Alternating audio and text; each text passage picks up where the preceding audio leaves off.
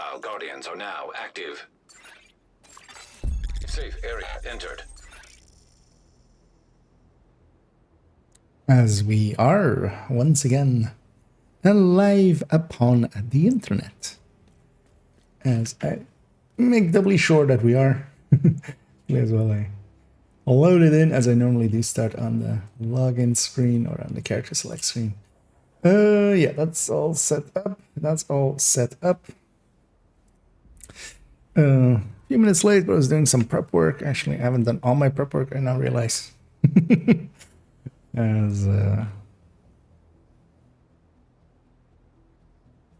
as these.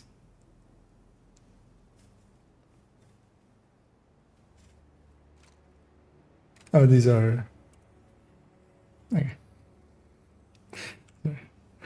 Cutlets from the FI build overview. Yeah. What do I want to use as my intro location?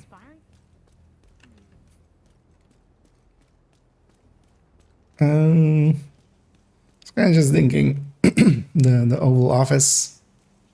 Well, I should. This character's Oval Office isn't going to be complete, right?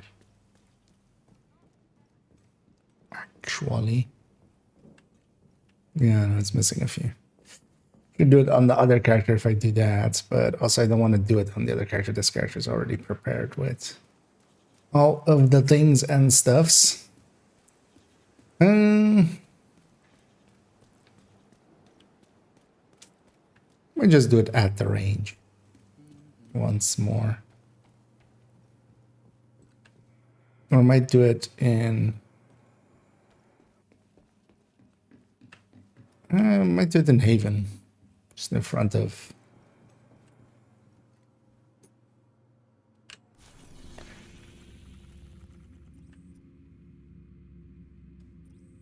I'm kind of thinking of like, where do we want to intro this?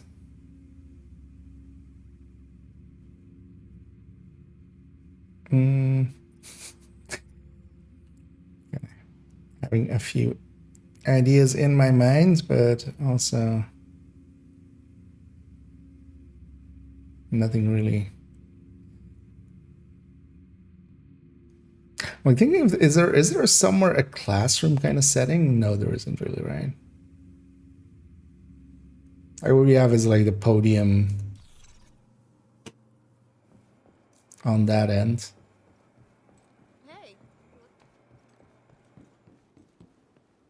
Like the press room thingy.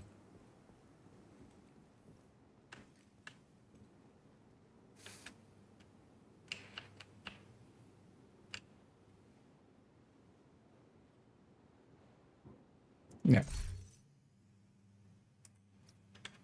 Let's just use this.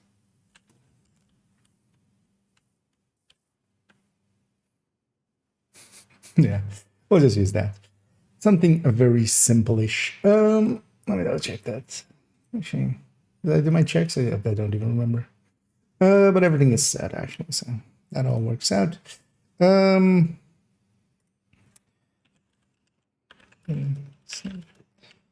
Stuff for YouTube. We'll check at between segments.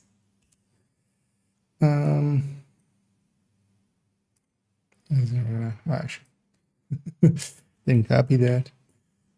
Let's put that into bow chats. Oh, actually, Botrix. Oh, is Botrix messing up again?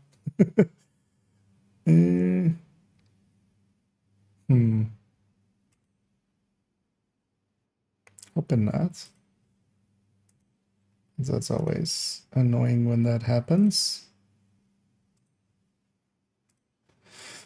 Wait, actually, let me in the background try going.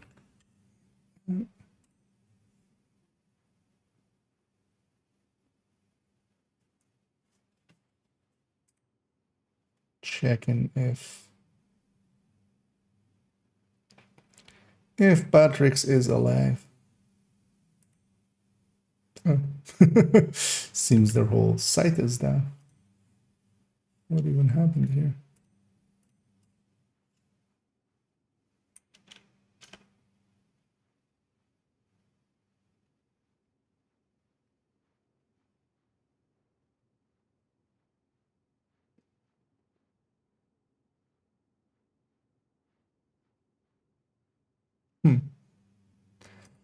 Gonna guess Patrick's services have some issues.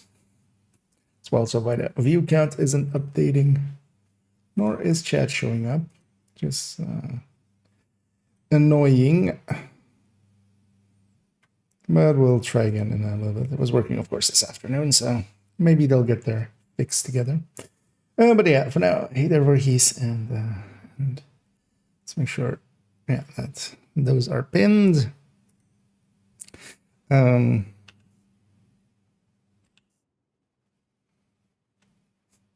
of don't hate that. Kind of a keener lookalike almost, just chilling there. Let's make sure that we can actually write to this. I've kind of have a layout in my head of how I want to do it, but I'm not completely sold on it. Did I close that tab? I think I did.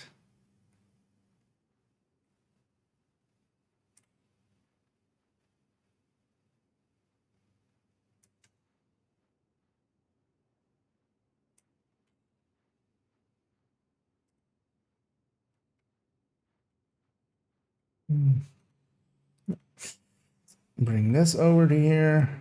Oh no, actually, oh, that it's over there, of course. Well, actually, yeah, no, this one's better. Let's make sure everything is aligning with. So I would need this one, right? Yeah. Can I actually scroll far enough right? No.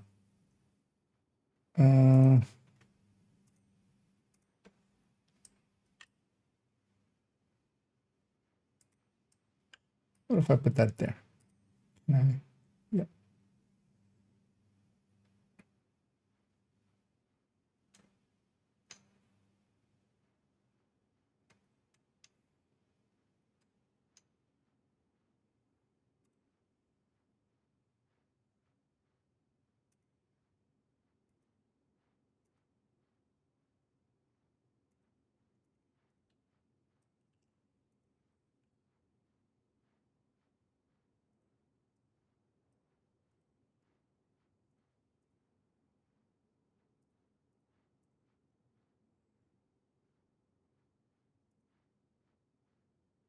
Yeah.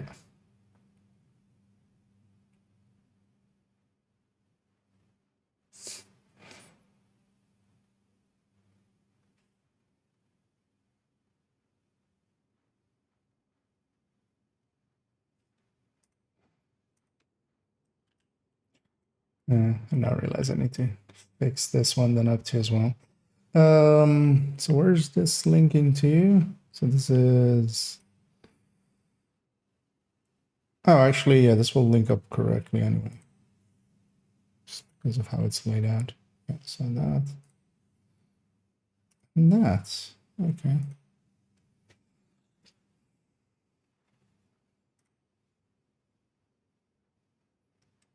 So we can scroll that way and still kind of use that. Yes.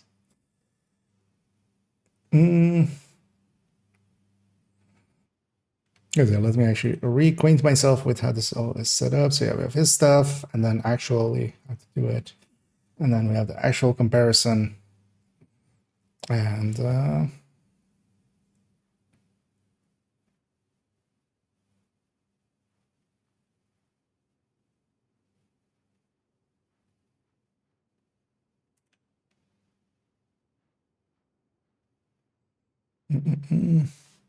so actually it was a Koi 48.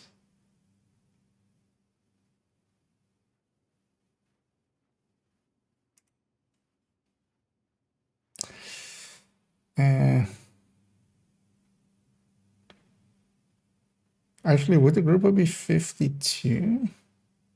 No, it would be 54, right? Yeah, these two would be 52. I think I just copied it from that.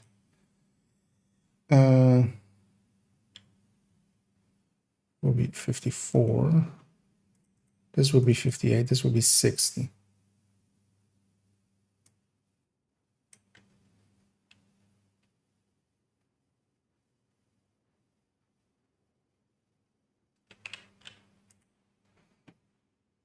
Do you land exactly 60 with 3 mods?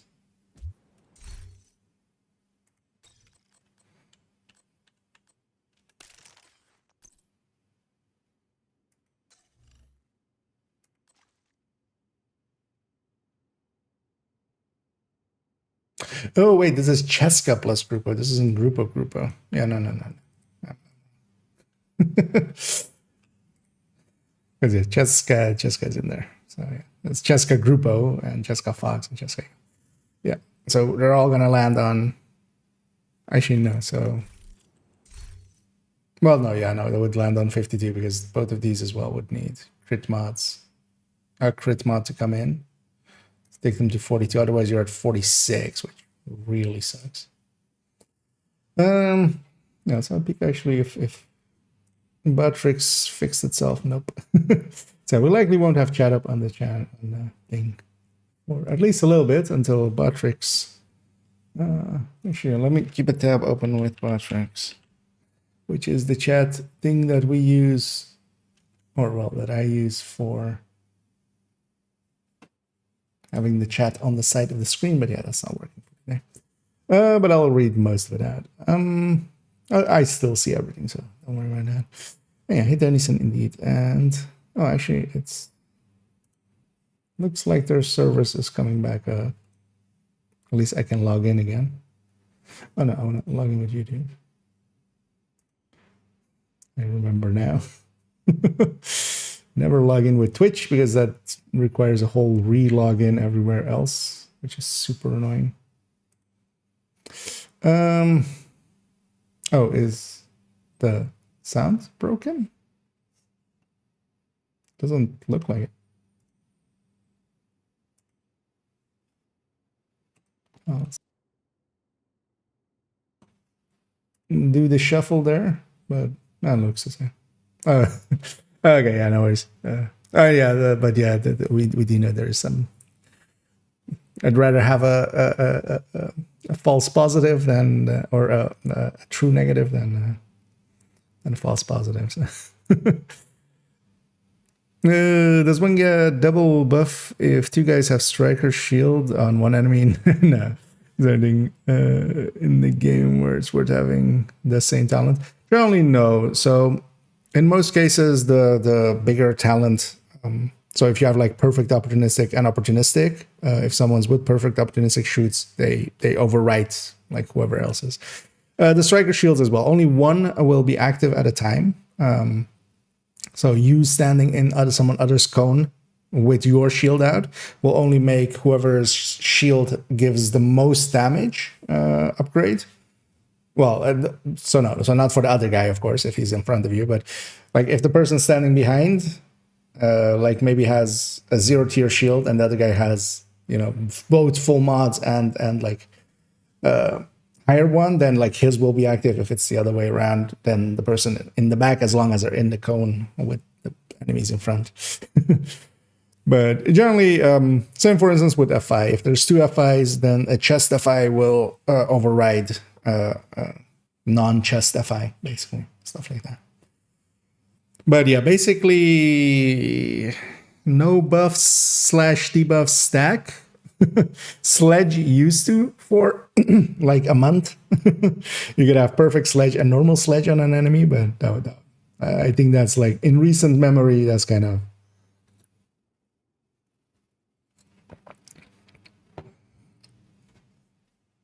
But yeah, you can, for instance, have like twice the same coyote or something like that. Don't you think actually if there is any? Okay, I can't log into Buttricks actually. It's still messed up. So likely they're getting their shit together and hopefully they'll get fixed up. But of course we're gonna record a video first, so we'll even have, we don't really have a need for them for a little bit. So try to fidget into the right spot a little again. Yeah.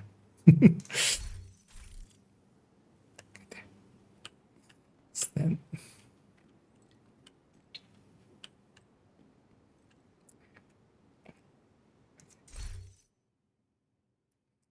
wait a minute.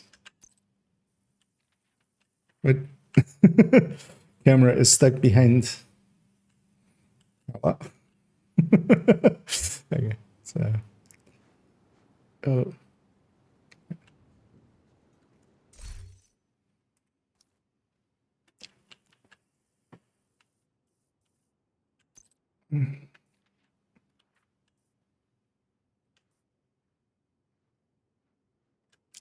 Yeah, we'll use this as an intro. I'm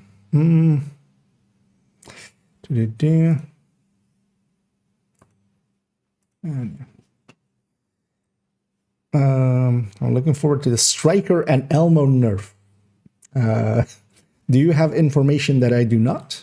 Because I don't think that that will be a thing that happens ever. I'm gonna check the official Discord. Let's see if there is some patch notes or something out. Otherwise, I'm just gonna assume that you may have gotten poor information out of a poor place. Because yeah, I don't see them ever nerfing. They generally don't as well. They have been actually the last few times have been very much or pushing towards buffing everything else up, which has also kind of made the game even easier than it was. But yeah, if you have a source for that, I wouldn't mind looking at it. But I honestly don't instantly believe you, to be honest. That is a thing that they said or something. Yeah, well, we'll start here, and of course, my kind of. Seeing the PTS next week. Okay, then I will see it in the PTS next week. But yeah, if you have listened to some YouTubers or something saying that they say a lot of shit, a lot of dumb shit, as we're also gonna, for instance, look at somebody who said some dumb shit. Because yeah, I don't see that happening. Not unless it's for seasonal characters and something separate for them that I could see, but not for the main game. Not from YouTube. Okay. So you have sources, but you're not willing to give me them. Do you understand why I'm kind of being dismissive of you?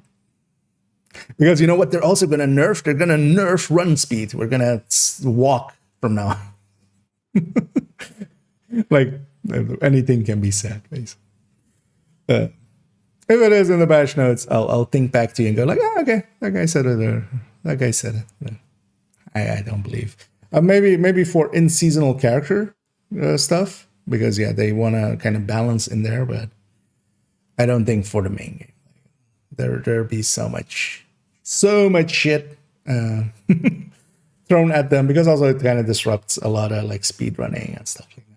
Like if you can't beat the old times, now you have to kind of either choose to either all old times are decrepit, or you try to like beat them with less output, which just makes it even harder for people to compete. So we'll see.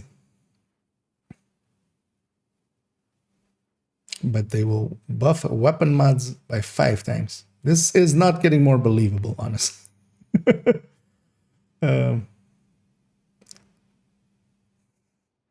So you mean we're getting 25 crit chance from a mod, or do you mean something? But yeah, this is I feel you're just leading me on, and honestly, and that's not going to be of any use to me. I need a Victor. Striker, Cheska, and Backfire a good build. Striker is with Cheska, yes. Backfire, Backfire isn't a good weapon. You can make a decent backfire build. Like, I mean, it's at best decent. So it's basically a B tier build. Actually, do I have the build collection here? I don't. If I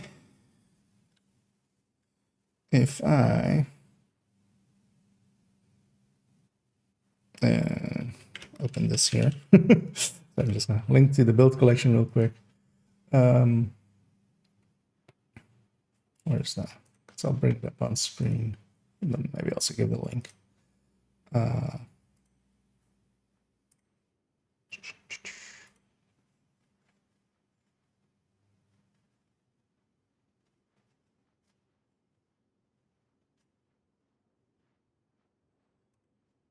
2 point something, 2 points. Where's the damn thing? Let's see. So that's kind of the best setup you can kind of make with it.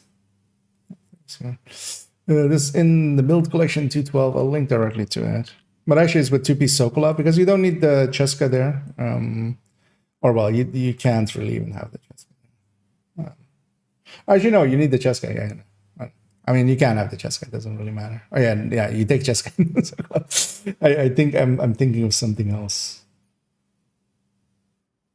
Oh yeah, that was it. Yeah, because you're not checking the Cheska as the 2-piece for hazard protection. You're just doing this.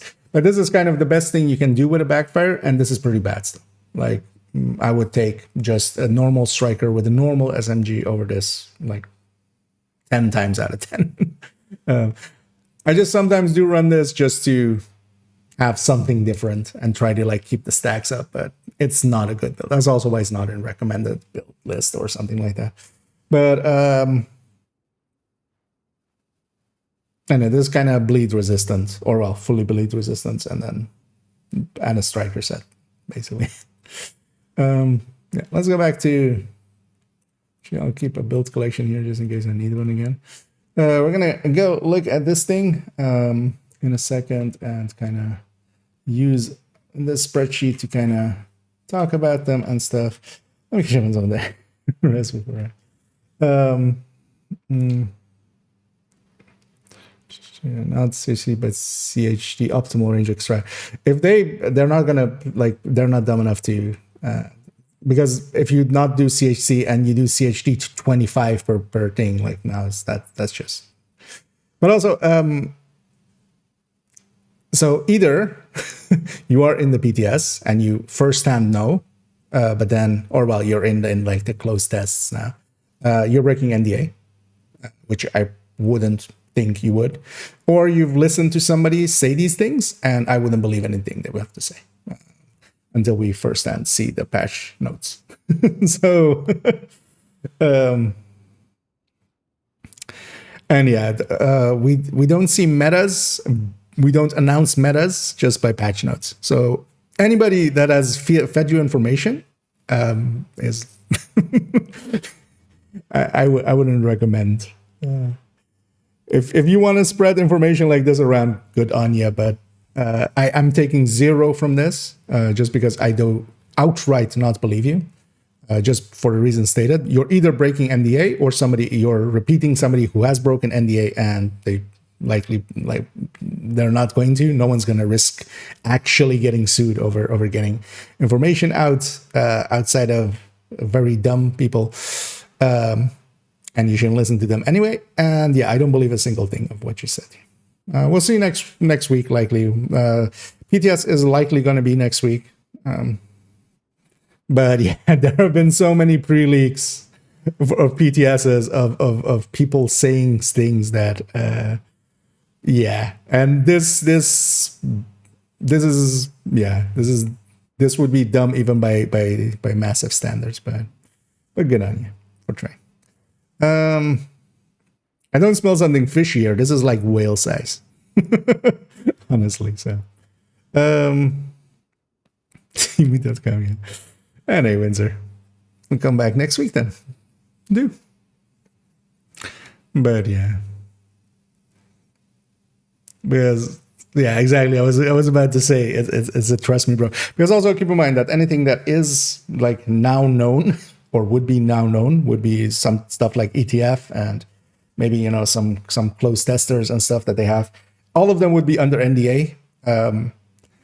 Someone might leak something. I could totally see that, but none of what you have said sounds believable at all. So I wouldn't believe any of it. You're welcome to come back next week and say, I told you so. And if you were right, we'll go, oh, yeah, you were. You'll leave me with a bombshell. Could I just have a statement? I don't like bombs or shells. I don't know what to do with them. It would be arms straight as well. So, Georgia rifles will be that one. That is the most likely thing that you've said so far. So that one is like the least bombshell of all of them. So, because 5 times mod and stuff is much more of a bombshell, or nerfing strikers would be much more of a bombshell than what you just said there. Yeah, let's actually do an intro as we're just sitting here getting disrupted. Actually, before we do, let's do this and let's lighten this up a little bit, just so it works better out there. Back to PUBG. I guess I don't even play this game. Good to know.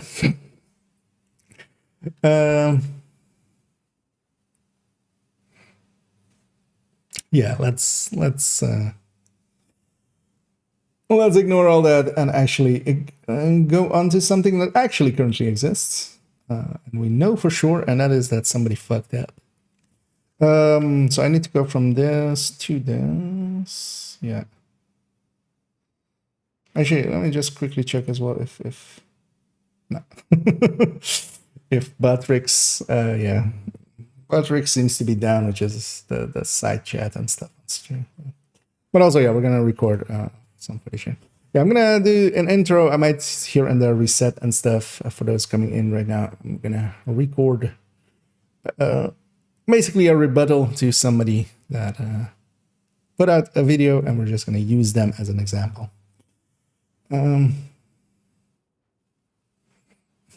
I just need the notification. Nice. Yeah, hey there, Salt. Yeah, let's get going. Oh, yeah, there's and for no particular reason. Yeah.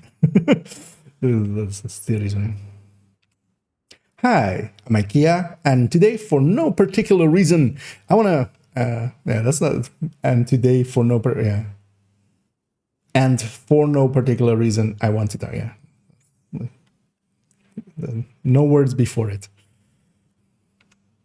Hi, I'm Ikea, and for no particular reason, I want to talk about comparing builds and how we do that and how we don't, specifically as well. We're going to use an example out in the wild as we ran into it a few days ago. And having watched this thing, which I'm going to bring up right now, by a certain Anytime Gaming, it was horrendous, and it is basically a masterclass in how you don't compare builds. So we're going to use them as an example to show why you don't compare builds the way that they do, and then also show how we do compare builds, and use that as a springboard to kind of discuss all that. And we're going to go into a spreadsheet that I've prepared. All of this will be linked down below, of course, together with their video. You can also go watch theirs first if you want to, and come in here prepared a little. But we're going to go through snippets of their video, discussing what they did right, which is basically nothing, what they did wrong, which is a lot, and then also follow that up as we scroll down here in how to actually compare the correct builds in the correct way against each other, because they made more mistakes than just taking a bad method. On top of that, they did their own method wrong, which is impressive. One thing I want to say here as well is that while I am not fan of this person, no love will be lost in this discussion, because they are, to me, just one of the other clickbaiters, as clickbait after clickbait after clickbait title. I don't care for this person, but I care less for anybody that will go out of their way to lessen this person's life in any way by harassing them, by doing anything dumb. That is dumber than this person. Don't be that person. Don't be that guy. Don't be that gal. Just leave them alone. Enjoy this video as it is. We're going to take a humorous take, of course, on it. I'm going to yell a little bit because I haven't done that in a while, and I'm looking forward to it even. And we're just going to discuss why you shouldn't do it their way, but leave them alone for the rest of it. Yeah, let's jump in.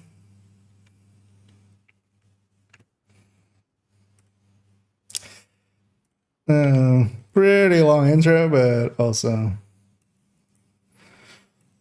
how long was that? 220? Yeah, 220. I should double check that my less for anybody that will go out of their way to lessen this person's life in any way by harassing them, by doing. It's a weird way of saying this, but it's September edition indeed.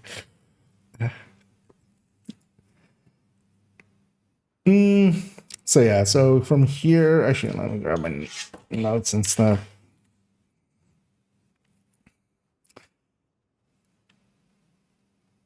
Yeah, let's.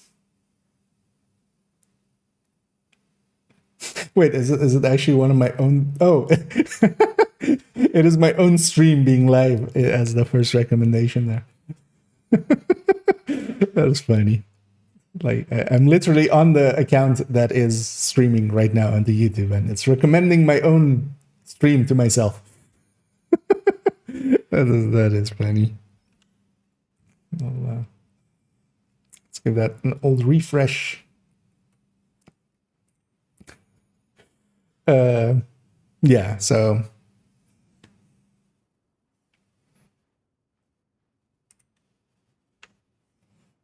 let's start recording some parts.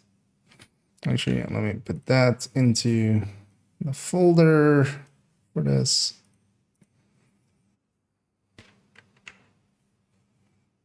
Yeah. Okay.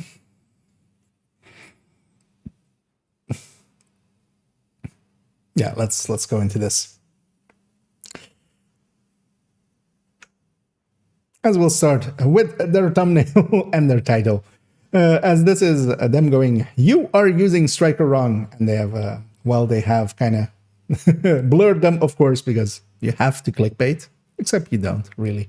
Coyotes on the left, crossed with a red cross on it, and with a green check mark, Eagle's Grasp. That's going to be the premise of this person, that Eagle's Grasp is better than using Coyote. That should be silly to anybody that actually understands things. But they're also not just going to say, they are going to use the word better. Actually, they're going to use the word upgrade. They're going to use the word better. They are going to say it is more total damage. And that is the cause of this. If you want to use Eagle's Grasp, that is perfectly fine. It is, as it came in with this season, it has actually found its way into a lot of builds that I enjoy, replacing a lot of contractors quite often, especially in, like, for instance, a high-end glass or a high-end Regulus build. Actually, the Eagle's Grasp fits in really well and just replaces the contractors outright and gives you a usable brand bonus on those where I'm not using an LMG, and then you're just giving up the damage to armor for a little bit more weapon handling, which is a fine thing to do, especially on high end, which, like, sometimes, well, on the glass high end, you don't have much weapon handling. On the Headhunter high end, of course, you do have a lot. If they had couched this in as a discussion of, like, hey, this is something I like to run. Hey, this is here's an idea. No, they will outright say this is more total damage. They will say that this is better, as of course as well. the title of it is "The Striker is better than your Striker." It's not. And also, of course, the main headline of it of "You are using Striker wrong." My rebuttal to this person is they are using calculating damage wrong. They're not doing the math wrong. Their math actually does check out, but it's as quite often people use the phrasing of math doesn't lie. No, but it can be used to lie if you do math in certain ways. You can try to obfuscate it. You can try to go for data that supports your theory, your conjecture over other people's. And that's why I'm also going to go and peer review this person. That is basically what the premise on my end is for this video, is that I'm going to look at what they're doing, go, is this okay? Is this not? I, of course, am not the be-all, end-all authority in this, but I kind of feel I know what I'm doing, and I'm going to just, outside of me, I'm just going to make points that are strong enough to stand by themselves, and that's actually what matters more so than the person themselves. We'll let them give the intro here for themselves, and then we'll go into their methodology. All right, yay, another striker build. Let's go. I mean, I wouldn't say this is actually a build video. It's more like a comparison video. People like when I do comparisons, so that's what I'm doing. But this is actually a bit different. Instead of comparing any weapons or like gears, I'm actually comparing striker with striker, because I think there is a better way to play striker, or should I say an upgrade that I want to show you and compare as well with what usually people run around nowadays, right? So let me just show you first. And yeah, he, of course, then goes into this video. We're going to take snippets from here on out. The full video will be linked down below, and you can go watch it if you want to. And so yeah, let's jump into his first build.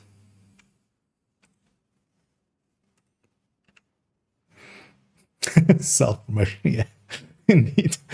In a different way, I'm getting promoted to myself. Usually it's promoting yourself to others, but yeah. In this case, I am indeed getting, it's promoting myself to myself. Wait, that's the intro. What happened to? Oh, it's sort by name, not by most recent. 341. Okay.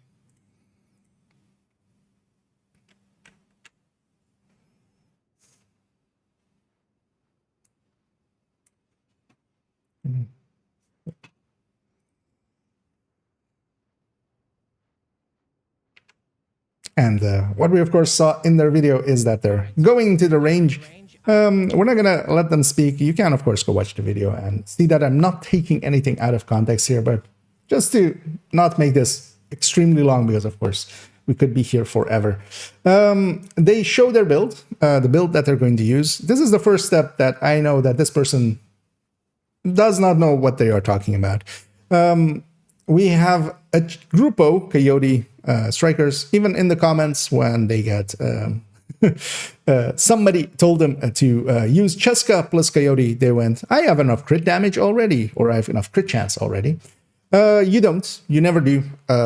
This has been settled. I'll link to that video as well here if you're interested and didn't know this yet.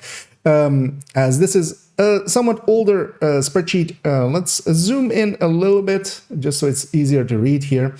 This is from a video called Cheska versus Grupo, outlining this exact thing. You should use Cheska. So this is Cheska plus Coyote versus Grupo plus Coyote. In Coyotes 0 to 15, in Coyote, oh, well, it's Coyote 0 to 15 down here, 15 to 25 up here. And of course, with Grupo, you can land on 48 with 1 crit chance mod, or 54 with 2 crit chance mods. The simple answer here is we're comparing within each segment to the Cheska. The Cheska is the 100% mark, and these other ones on burst and sustain being lower should tell you all you need to know.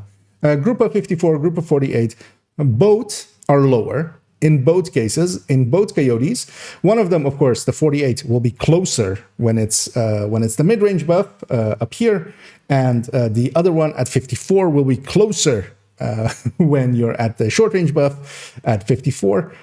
Neither at any point surpass Cheska. This is a settled debate. Like this is at this point just a kind of red flag waiting to happen.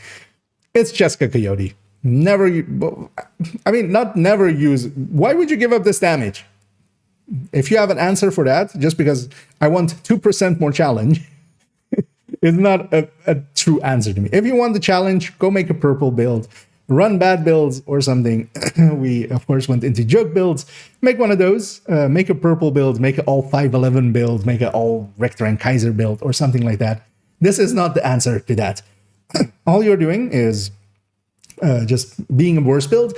And the thing is, if you want to run it, that is fine. The second that you recommend it to others, you're telling them to waste their time.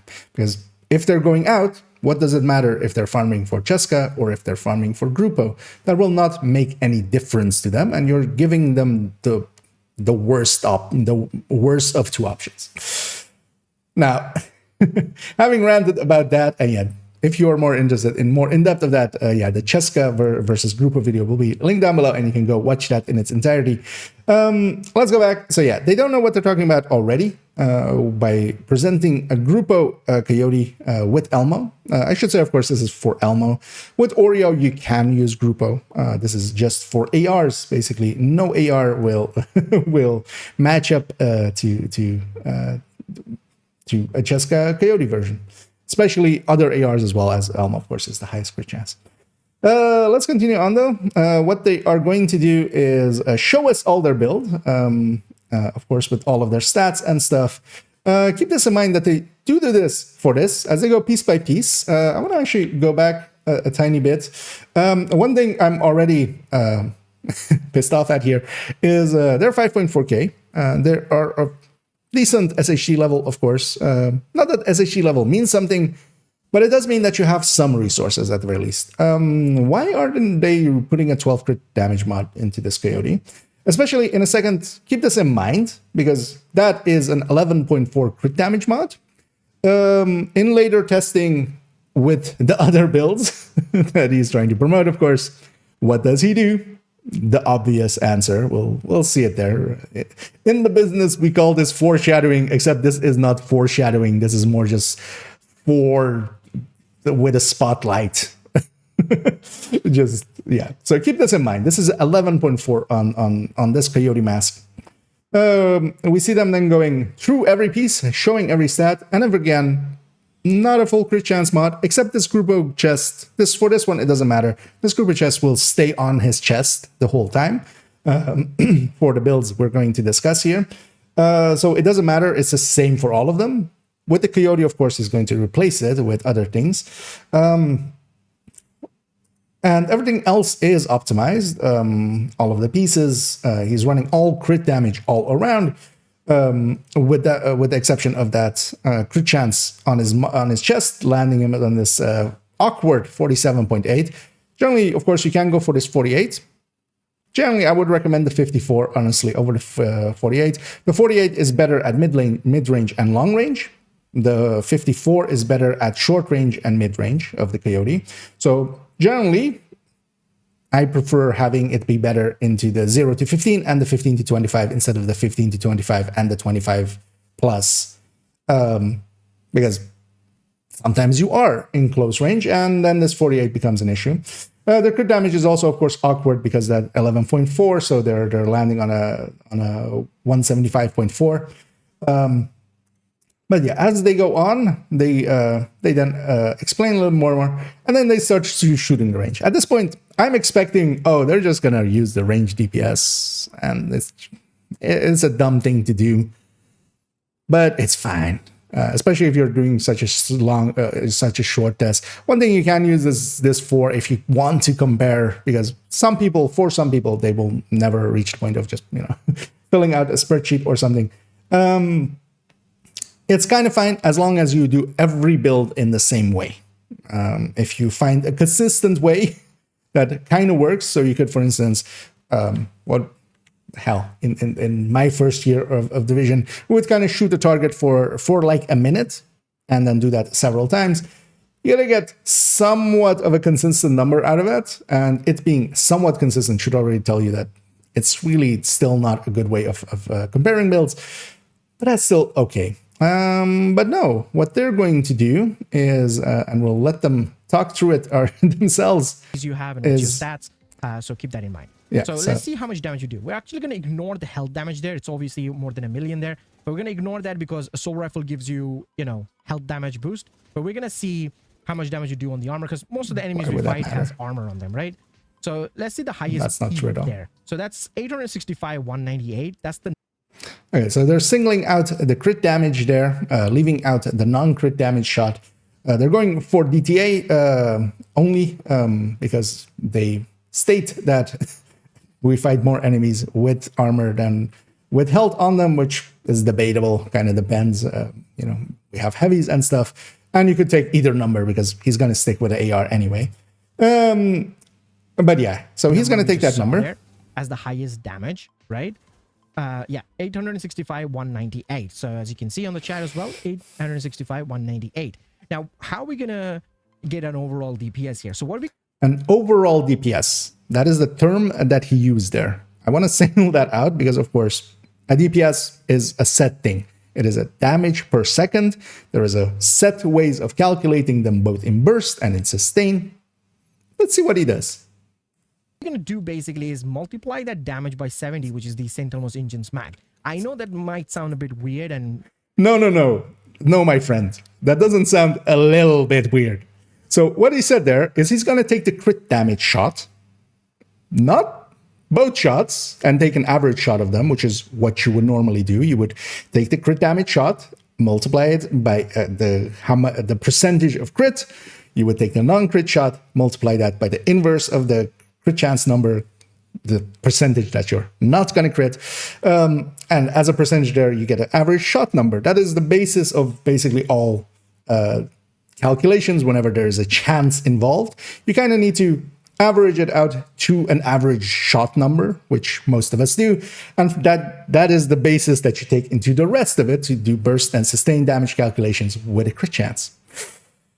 It isn't a little bit weird to take a crit damage shot just by itself and times that by the magazine size.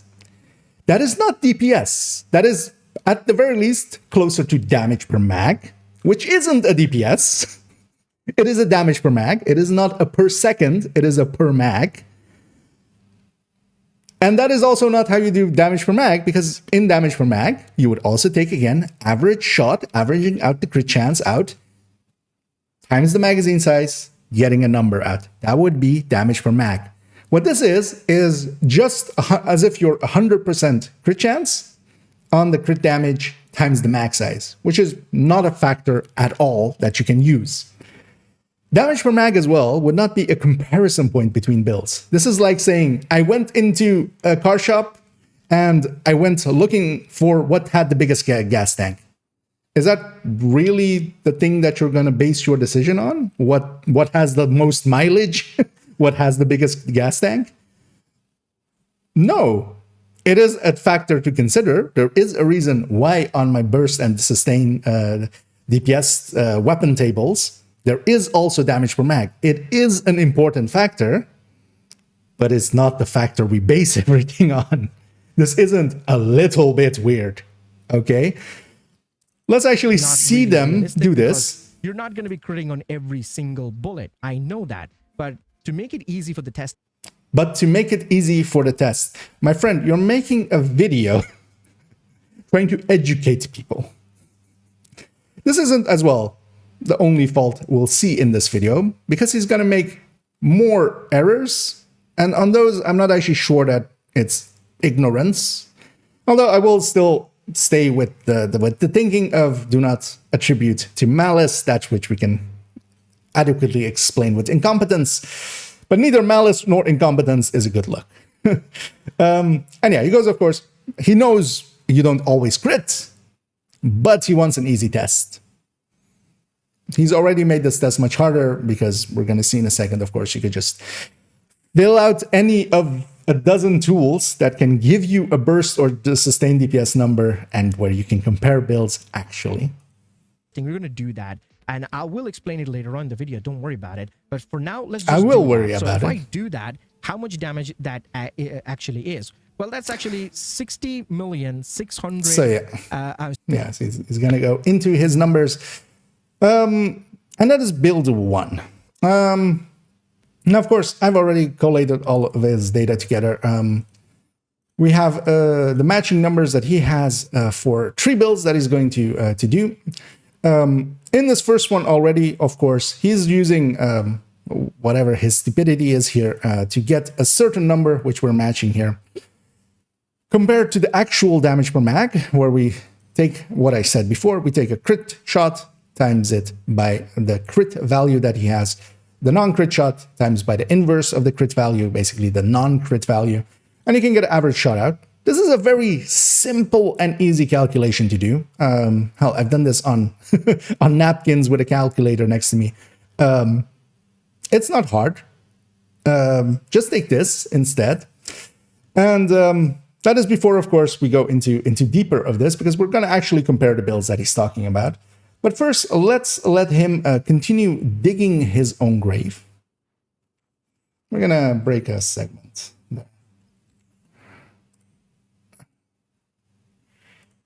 How long did I go there? I feel I felt like half an hour, 13 minutes. That's not too bad.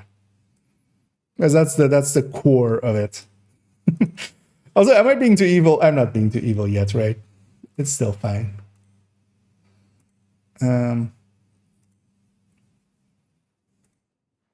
Let me catch up to some of the chat. Actually, let's see if this works again. Nope. Botrix is just dead for the day. About Bullet King. I mean, yeah, actually, at the end of it, I am gonna like go like, okay, so let's now do a GR9. Let's do a Bullet King. Let's do a mounted minigun.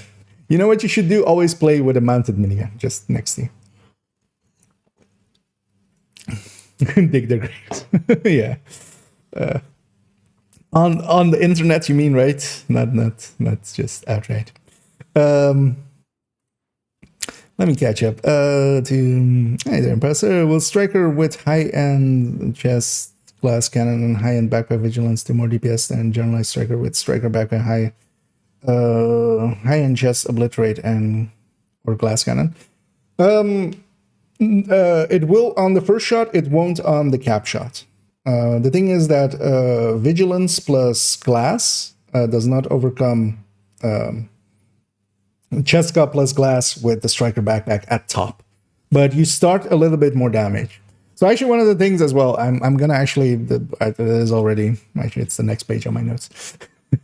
We are also gonna do it for no particular reason on the Striker backpack, because a lot of people kind of go like, you must have the Striker backpack. There is no must there, but actually, yeah, you can go glass plus vigilance. There is a reason actually. If we go to the build collection. If I go into the Striker recommended, this last build, even though it is, of course, the last one of the recommended, it's still recommended. But yeah, this is basically a glass sacrifice or a glass or sacrifice gift Striker. And this does more damage on the first shot, but then, of course, loses out on the cap. So at 100 stacks, it's less damage. And of course, then you're also kind of locking yourself into glass, which isn't the greatest. So you definitely can run this, and actually for solo where you're like not getting much stacks or something, I could kind of make a case for it, and I am actually going to make a case for it. But personally, the thing is that obliterate is nowadays also so easy that because it's only really with the sacrifice as well that you're really making a difference, because there, of course, the sacrifice is making up for the loss of Gruppo by basically the same amount. On top of that, you're getting the headshot, and it's kind of being pretty good. But that's not... an obliterate Striker is just so much easier to run. Purple. Oh, yeah. I mean, yeah. Engaging. Yeah. Well, no, I mean the actual 6-piece. I mean, the brand bonus, just the brand bonus builds, just 6 pieces of each. I'm thinking actually of making a 6-piece Cheska one as well, just for silliness, because we like Cheska. So yeah, here. Yeah, let's continue.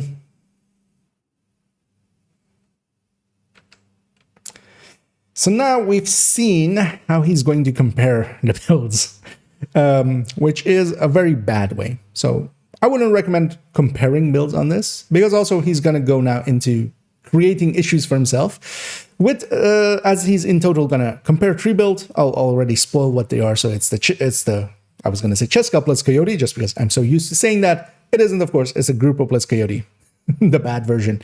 He's going to go into Gruppo plus Fox's Prayer, and then Grupo plus the Eagle's Grasp. Both of those should be with Cheska, of course. Later on, when we actually compare them, we're going to use Cheska because might as well get something useful out of this. So he's going to go into his second build. He's going to replace the Coyote. And we'll actually watch him do that with his audio on. A little bit. So there is another variant that a lot of people like. So you might have noticed earlier on, so this is the point where I'm not sure if this is malice or incompetence. Earlier on, he showed us every piece. Every single piece got a moment in the spotlight showing its stats. He's swapping from that Coyote. Again, remember, with the 11.4 crit damage mod. He's swapping here to a Striker Mask. Now, this could, of course, be in the heat of the moment. He's doing this as a one-cut. It is just one continuous thing because, as he states, he wants to keep it fair. But then, if you want to keep it fair, you should show what stats are on this. Because I do know, of course, what stats are on this, just because I back-calculated it out loud. So that is the Coyote. He didn't show it. Not Coyote, sorry. And of course, on the Fox's Prayer, he does show it. Not intentionally, maybe even. But yeah, it is a crit damage there. So you're losing a crit chance if the mask is double crit damage. Of course, the right way to even if you wanted to keep it as kind of in this calculation, in this comparison mode with the way you're calculating it, if you kept the crit chance at least the same, it's not as bad. But he didn't show the mask. If the mask had a crit chance mod in it or a crit chance stat, that would, of course, equalize for the loss of the Coyote, where you have a crit chance crit damage, going to this Fox's Prayer. I'll tell you right now that mask is crit damage, crit damage. I know that for certain because he's going to hit these damage numbers up here. It might be a little bit tiny now. We'll zoom in much later.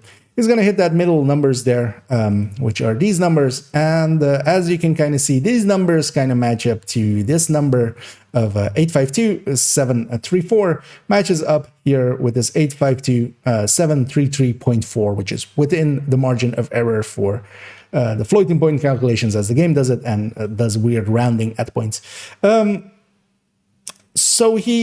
the only way to get there is with a double crit damage mask, and not even just a double crit damage mask, but a double crit damage mask with a full 12-bit crit damage. So not even within his own testing is he consistent.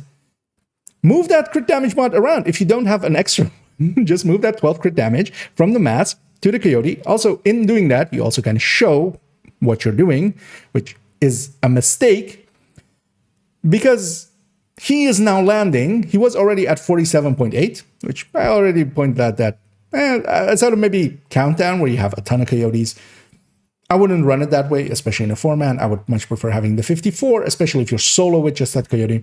He is now at a 41.8. A maxed out would be a 42. He dropped 6 crit chance by doing what he did here. Now, of course, he's just going to compare on the crit damage. That stayed the same, of course. Oh, well, not the same because you're losing the Coyote buff, but you are over-reporting on your crit damage just because your crit chance isn't up to it anymore. And this is, of course, a horrendous way of balancing your crit chance, crit damage. As we see him going on, he equips the Foxes. And then, of course, here, the other issue with the way that he's comparing is going to pop up. We see his numbers rolling by there. Let's find the spot where we actually see his full out numbers. Notice that the Fox's Prayer is affecting both the crit damage and the non-crit damage. That is, of course, core to this as well. That means that the Foxes, you need to be in average shot. Otherwise, you are not comparing apples to apples. You have to account that the base damage, the white damage, in this case blue against the armor, that isn't the non-crit shots, that went up with Fox's Prayer as well. On the other ones, it is in the 280 something range for the crits, for the non-crits. Here, of course, it's 288 on that one. On this one, it's 300 something. If we actually go to the spreadsheet, we can kind of see here that, yeah, the non-crit was 288K. Now it's 308K. Even within his own method, this is a bad way of comparing things because you're only taking the crit. On top of that, you've just dropped 6 crit chance. Even within his own method, this is a very dumb way of doing things. And that is within a bad method. There are way better methods, as we'll see in a little bit, as we'll fix up his mistakes. But this, to me, is the point where I'm not sure if it's malice or just incompetence. Putting in a crit damage Striker's Mask when you're taking out a crit chance, basically, by taking out the Coyotes, 1 crit chance that it will always have. This mask should have been with 1 crit chance. But that, of course, if he had done it this way, which we'll see in a little bit, he, of course, wouldn't have gotten the difference that he's going to get in a second. Because, of course, here he goes into the difference between the Fox's Prayer one and the Grupo Coyote version. And, of course, it is a little bit of a difference between there. And actually a massive one, kind of 3 million-ish in his, 3.7 million-ish in his way. And that's, of course, because he's doing it poorly and he's not accounting for the parts that he's not accounting for, the non-crits. Then, of course, he goes into the Eel's Grasp. He will keep that same Striker's Mask with the double 12s. And the reason I know there are double 12s is because, yeah, the only way to match up with it is for me to calculate it as double 12s. So we're, instead of this being a 175.4, if it was the same 11.4 crit mod, it is a 12 in there because it's a 176. Then he goes, of course, from the Fox's Prayer to the Eel's Grasp, again with crit damage with that same mask. And of course, the thing also that he will say, weapon handling, which is good. Yeah, Striker already gives us 15% weapon handling. With the gloves, we get 30%. With your watch, you get 10 more percent, so that's 40. And if you're using Gunner, which I'm pretty sure most of you guys are, you get 10% more weapon handling for staying still. So that's 50% of weapon handling on a. And he's forgetting about Elmo. He will forget about Elmo in all of this. I'm just going to cut to the short of it because, yeah, Elmo also has another 20. On Strikers with Elmo, this is already a dumb thing to do. Just Elmo by itself, as we'll show in a little bit, is so accurate on Strikers that's the whole point of winning Elmos. You don't need this. This would be much more of a case for maybe Bighorn, maybe an Eel Bearer, maybe you want to use an Og or something just because you like them, but they suck kind of for weapon handling. But of course, the thing is, that's okay. It's okay to take weapon handling just to make it easier on yourself. I, for instance, quite often take Palisade for that extra 10% armor on kill, pairing that, for instance, with Gunner, 20% armor on kill on each kill. 5 kills get you back to full. I can totally see those kind of things. But I actually compared them correctly. Because what he's going to do now, of course, is the same test again with this, and we'll kind of let him take it a little bit for here. That's why I'm sure that people who tried and didn't bother using it, they probably saw the crit numbers and saw it's low, so they just, thought that it's not good. Which is, obviously you can see here, it is actually low here. As you see, I'm critting for 794,922. That's the highest peak we're doing on the body when there is armor, right? So 794,922. That's the number we just saw here, right? Now the thing is, we have to multiply this number by 80 instead of 70, and that's what we're gonna do. And if we do that, the number we're gonna get is 63,593,760. So 63,593,760. That's the number we're gonna get that. So obviously this is way higher damage than. I'm going to cut him off there because we're not taking him out of context. But that is obviously much more damage there. On a somewhat modified damage per mag. Not on burst, not on sustain. The things we actually compare builds on. On some asinine way of doing damage per mag. We'll actually do the damage per mag calculations and kind of see the difference. The thing is with this, you're losing damage. You're losing quite a bit of damage. That is okay. You can choose to lose damage. I sometimes do it as well. For instance, with this global event, Guardians, I'm using a Bullet King a lot. You give up a lot of damage, but not having to reload actually with this global event is kind of nice. If you have issues aiming, maybe for instance more with controller or something, I could totally see using the Eel's Grasp. That is not at issue here. The issue is he's calling it an upgrade. He's calling it, actually I have it in my notes, he calls it better twice. He calls it an upgrade 3 times. And of course here he says it is more damage, and later on even says it is more total damage. It's not. It just isn't. It is more damage per mag, but damage per mag, of course, now you have to put out 10 more rounds to get that same damage per mag. Damage per mag is just the damage that you have in your mag, not how fast you get it out, of course. Having to shoot 10 more rounds is basically another second that you have to fire to get, as we'll see in a second, basically the same damage. So now that we've seen him do his thing, let's actually go look at what he kind of did in a much better way in a spreadsheet. It's kind of why those things are handy. And then we'll see actually how to calculate these things.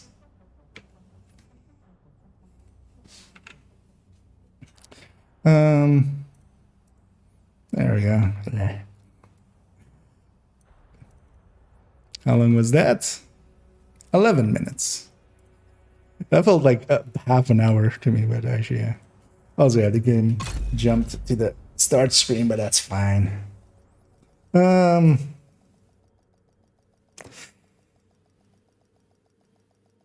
on 3K. What? Okay. Hostile Guardians detected in the field. Yeah, let me actually catch up here. So what's Safe that? area They detected. made it that you should use foxes over coyotes. No. If you're gonna make that argument, like at least you kind of can, but but yeah, you might have caught up to the rest of it. So that was a while ago, but yeah, he's much more making the case for eels, but also he's just comparing. Very wrong, very wrong.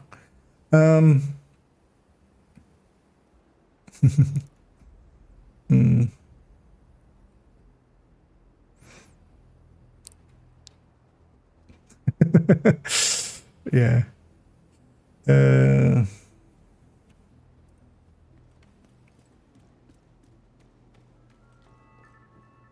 Purification tablets will be restricted until further notice. Please boil your water for at least 1 minute before consumption. Yeah, let's take this to the range as well because we'll show the builds.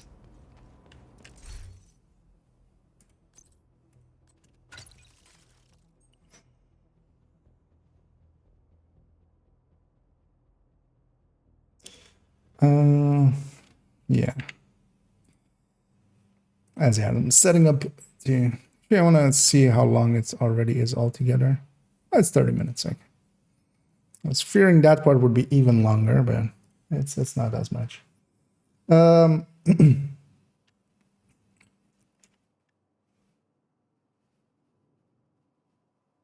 have to say, can't wait for this video.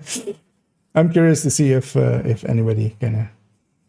Also, I'm not. I don't know if you guys saw the response of that guy. Even though I had to, of course, put a different response, but yeah, let's bring that up because actually at the end of this video, I am actually going to talk about this idiot. But yeah, so yeah, that guy. I had to. He deleted the YouTube guy himself. He deleted the other one where I went, listen, dumb guy. But yeah, I basically went like just for the benefit of others. But then his rebuttal to it is, but then still going like, no, weapon handling. Like here's how to go test it. Go test weapon handling on gear and see if your rate of fire changes, and you know. But then also this is the thing of beauty. Let's actually get this as big as we can. I feel this is a meme for the coming times. Dude, I've played with this build for 3 years, a brazen build. Not another brazen build. How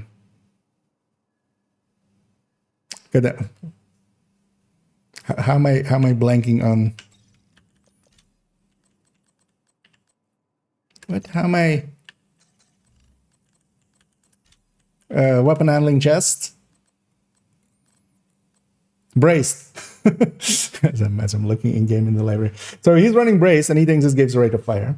But yeah, this was his, like, we're gonna make a little bit of fun at him as an extra at the end of this video. But I've played with this build for 3 years. Also, I've been building. Actually, no, this is too much of a good voice for him. Dude, I've been playing this build for 3 years. Also, I've been building loadouts for years for clan members. So I'm thinking you probably just bought this game 6 months ago, but stay strong even in the wrong.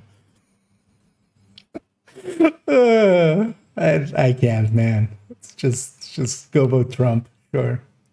Enjoy your existence. Hopefully I'm not part of it anymore. Yeah. But yeah, we're gonna make fun of him as an extra at the end of this video.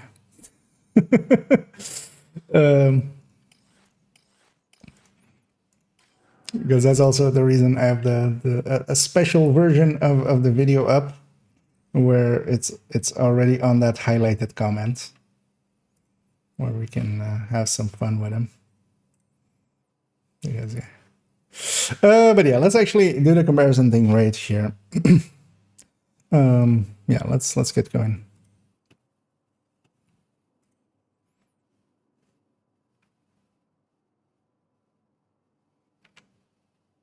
And of course, to combat this blatant misinformation this person is trying to put out there, I've prepared a spreadsheet. It will be linked down below. Of course, you can go and read along at your own leisure and pace. We're gonna zoom in here a little bit, of course, to get it a little bit bigger, just so we can see what's happening. He, of course, had 3 builds: the Grupo Coyote, the Grupo Fox, and the Grupo Eagle. All 3 of them also with Grupo, because why would you use Cheska, especially when you're even losing more crit chance? But I digress. So yeah, we have his numbers here. I just copied these from his video. Of course, as well, we're hitting the same numbers him here with his stupidity, his method of just taking crit damage, going by max size, getting a number out. Of course, we see that again and again and again. In here, we have then, because he just showed it to us, we can actually calculate his actual damage per mag, and actually also his burst DPS and his sustained DPS and everything else, because he shows us his crit damage and his non-crit damages at max stacks. He showed us his crit chance, crit damage, so we know those. That's all you need. With those 4 numbers, I can calculate at your average shot. From that, we can, if I know your weapon, we can go to burst and sustain DPS. And if you know your mag size by knowing your weapon as well, we can go to damage per mag. That's pretty easy. So here we're just taking his crit numbers before actually inputting it into any of my multi-calculators, which are down there. Just flat out taking his crit damage, combining it with his crit chance, critical hit chance, together with his non-crits, with the inverse of critical hit chance, basically. So it's basically 100 minus whatever that number is as the crit chance. You get an inverse, and of course, what you get an average shot out of that. Basically, what you're doing, because you're timesing this by this as a percentage, timesing the other one by this with a percentage, you're getting an average shot out. This is basically a combination to quite easily get one number, because you kind of need one number to put into burst and sustain DPS calculations. Otherwise, you have to do your burst and sustain, or your bursts of crits and non-crits separately, but you can just average them out together because they're a chance. Of course, this will not hit the same way, of course, every single time within the game, but it doesn't need to. We're averaging out. We're hitting high enough crit chance numbers. This isn't the game where we're like critting for like 3, 4, 5%, like Fallouts or some RPGs like that, where we have a really low crit chance, so you can't really rely on. Generally, if your build is set up correctly, you're likely hitting the crit chance cap, and you're critting more than not. You're critting 6 out of 10 shots. So we can definitely use it this way. Now, his actual damage per mag for that first build is 39 million.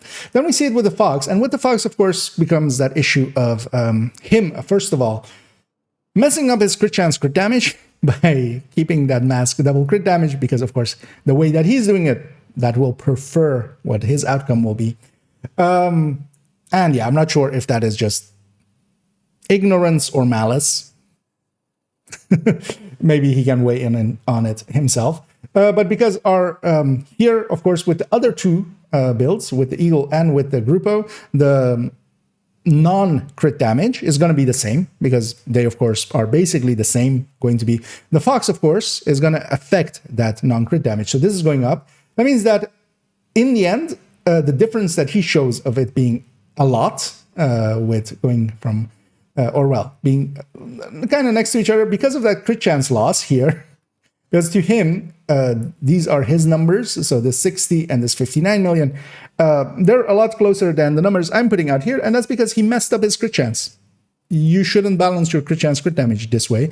Of course, as well, in this other one, he had the Coyote, although the Coyote was at 5 meters, so it was at the close range, so he wasn't getting any crit chance out of it. In this one, there is not even a Coyote to be had on his build. He could, of course, get it from somebody else, but then still, he would be at 51 crit chance with just the mid-range buff, unless he has the long-range buff, which you can't really rely on consistently. And from others as well, again. Then, of course, we have his Eagle version. And, of course, the Eagle is going to affect the mag size. His mag size is going from 70 to 80, meaning that, yeah, you are getting a little bit more damage per mag because your mag size goes up. But do you really, actually? If you do it right as well. So here again, we have his numbers. So on mine, you can see already the difference is a little bit smaller than his. If we compare this, the actual damage per mag measured out of a average shot, we see that this is 39.4, this is 39.9, and of course his was 60 and 63 million. His difference was 5%. My difference is 1.31%. It's almost as if you actually, and this is between the Eagle's Grasp damage per mag increase over the Grupo. Of course, you would still say, oh, but the damage per mag goes up. So, it could be better. The thing is that we have a thing called firing time. That is the time that it takes you to unload a weapon. And because of that, as I hovered over that link, we have 16.3 rounds per second on the Elmo. Basically, it's RPM divided by 60, getting us an RPS, rounds per second. So on these two builds, with the Fox and with the Coyote, we are unloading in 4.29 seconds, so 4.3 seconds. With his version, of course, we have 10 more rounds to put out, meaning that we need 4.9 seconds. We need 0.6 seconds more. So 2/3 of a second more, basically. On 5 seconds, on basically 4 and a little bit seconds, that is quite the increase. And of course, this damage per mag comes at a cost somewhere else, which is burst and sustain numbers. Let's actually compare these builds on burst and sustain and see kind of what the outcome becomes. Okay, how long was that? Need to not hover over that link. Go away.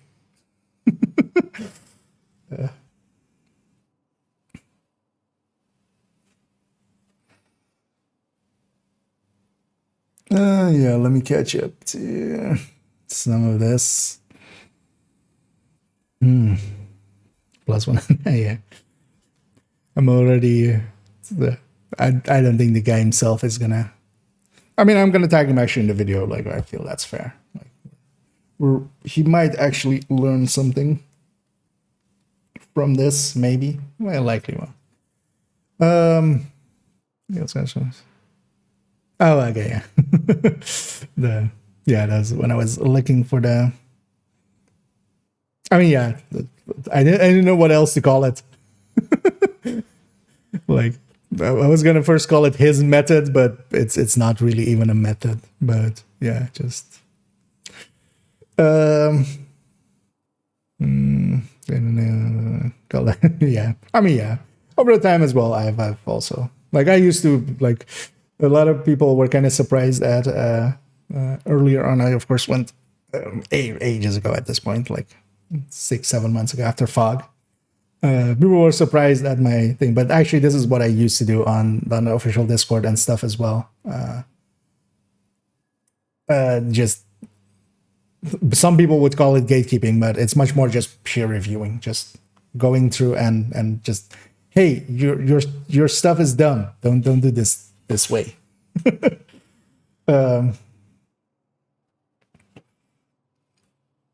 Because yeah, there's so many. I mean, hell, I would have been happier for him to just use the range, but him doing it on his own way and then also fucking up on the crit chance, that is like,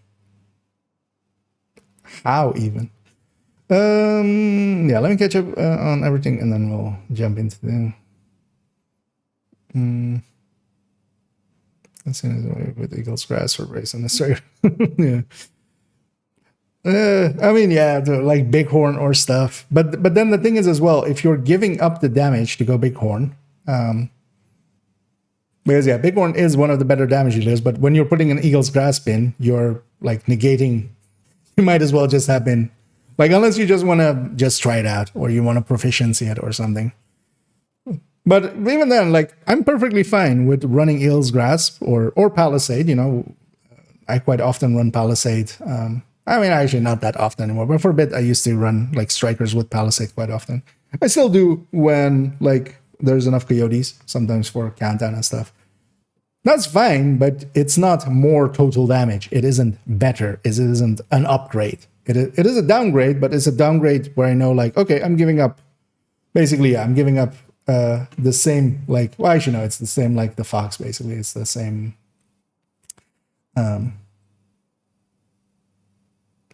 bonuses, and yeah, it's around the same like 6%, 7% loss. But I know then it's a 6%, 7% loss. I will not say like it's better. And then we go on start recording videos, but actually, yeah. I'll say I'm very cool. It's better because they don't.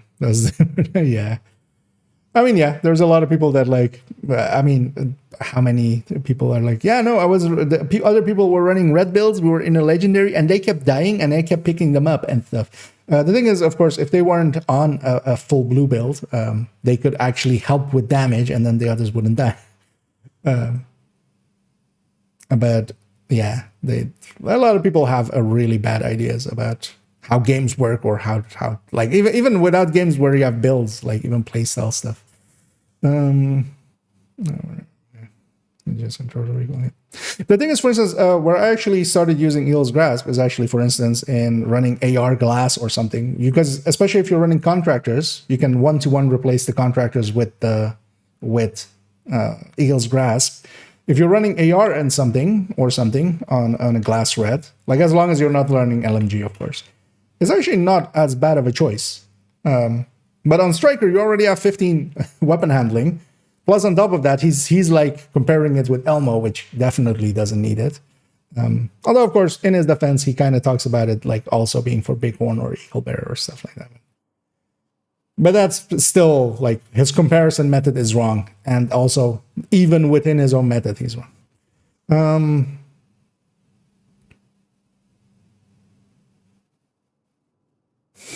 Okay. Yeah, better, I guess. But also, yeah, generally why I don't like when people go like, what is the best build? I just kind of first make fun of it just to kind of release the tension there and then kind of like not talk about that. Because there is no best. There is like in Incursion, for instance, yeah, Oreo Striker with chest for most of the fights is best. But even there, it's not the best for the turrets. Outside of that, it's not the best for countdown, you know, especially challenging countdown or something. Hell, even within countdown, even on heroic countdown, if you get the close range buff or don't, that's gonna decide basically what chest talent I go with.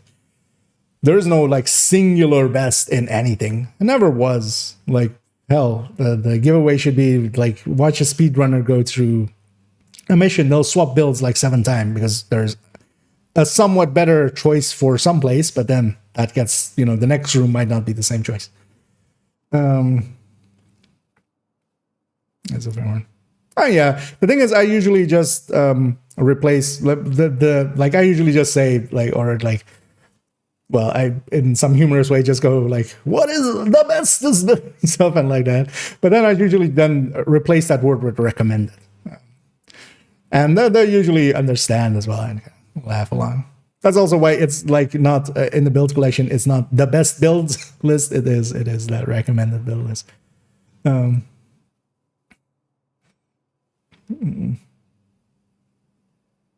But of course, yeah, they've been like a lot of people will be kind of desensitized to the word best because also, you know, I mean, that's the thing with like why there is no love lost on me for calling this person all the way out and kind of making fun of them because Melt's incursion while staying immune. The best solo striker that can do legendary easily. Strong is better than St. Elmo engine. You know, I'm willing to bet actually if I do control find best. So we have 1, 2, 3, 4. Like basically every row has one. 5, 6. And then yeah, it kind of tapers off for there. But yeah, apparently as well, best does well with clickbait. So it is working for them. I mean, here, what I'll say definitely is this guy has 14.4k subs. I reached 3k subs today. So, you know, that number. He's got a bigger number than me, so he beats me on if he were to make a subscriber spreadsheet. But I don't think he can do a spreadsheet, so I'll be fine till then. Yeah, let me get you up this. Is there different weapons for Heartbreaker, Tech Tank, Kingbreaker damage is good, but like higher RPM and accurate AR. You can replace it if you want to. Oh yeah, sorry for getting to it a little bit late. So I was gonna got up on the other end. You can replace it with G36 is likely then your what you would prefer. The thing with it is though that you keep in mind that the Kingbreaker is more damage, and especially with the Heartbreaker Tech Tank. You have to kind of go in, stack in with the ACS, or like this is how I play it. I go in, stack in with the ACS, and then swap to the Kingbreaker. And then usually I'm kind of using the Kingbreaker in kind of SMG range. And it does do more damage than the contemporaries around it. But if you want something else there, the G36 is likely the best pick. The ACRE can also fit in well, but it isn't. It is around the same RPM basically, so it's not much higher RPM. But just trying to stack with the AR as well, the way we do strikers is kind of yeah. Heartbreaker, if you run it a bit, you'll notice that it doesn't always stack per hit on a pulsed enemy, and where strikers kind of does count every stack. So generally, you just still need to stack with the ACS anyway. But yeah, if you want, especially for more accurate AR, yeah, G36. You can also go Mark 16, but that's also, again, not like that's not higher RPM, but that is a much more accurate AR. It used to be M4 and Carbine 7, but both of those are kind of out of the list at the moment because they didn't receive enough of a buff. So that Mark 16, I would definitely pick that over the M4 and the Carbine 7, and it's kind of around the same accuracy as those. But yeah, give the G36 a try. You would need a G36 military or G36 enhanced because there's also a G36C, and that doesn't have the long underbarrel. So it's specifically the E. The E is the best one. So the enhanced, actually, I should say. So yeah, try to get a G36 enhanced or go with a military as well if you have. Let me get you up a little bit. It's called Get and Learn the Game. Indeed, improve yourself is what I would say. They should go watch my improve yourself videos. Definition of the best build, indeed. I mean, the thing is, generally, also what I give as the answer to the best build sometimes is, I mean, we're in the striker recommend there, but if you want the best build, here's the best build. I don't even need to explain, right? This is the best build. There is no better build than this build. It's so best that it's not even just best, it's superior.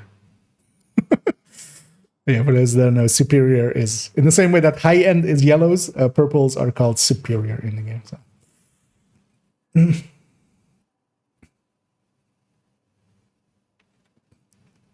I don't know, sorry.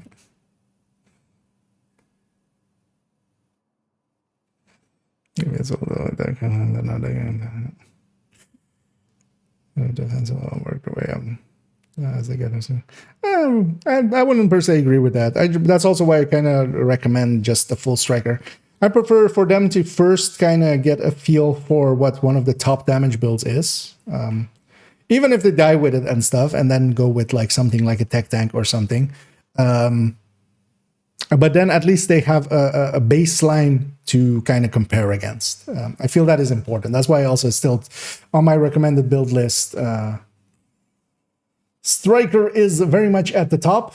An Obli Famas, an Obli Elmo, and Obli Oreo. And also a bunch of other reds, and then it goes into other stuff.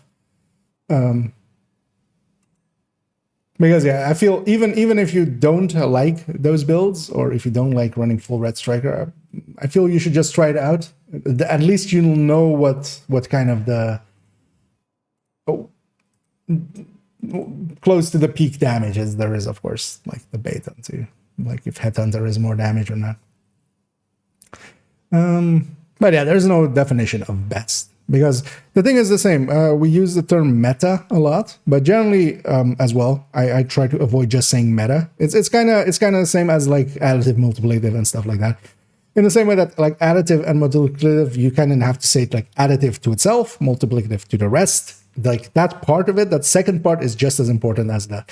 And generally for meta or best, it is also just the best for what? Because like Fire Eclipse is like the best the CC build, but for heroic, like there is that the context there matters, because if you take it into legendary, it kind of sucks. If you then take Foam Eclipse, like that's the best Eclipse for legendary. But generally, I don't like Foam Eclipses on heroic because they just get in the way more than they help. Like those moments that it foams something in a doorway which nobody can reach is much more annoying to me than the help that it provides.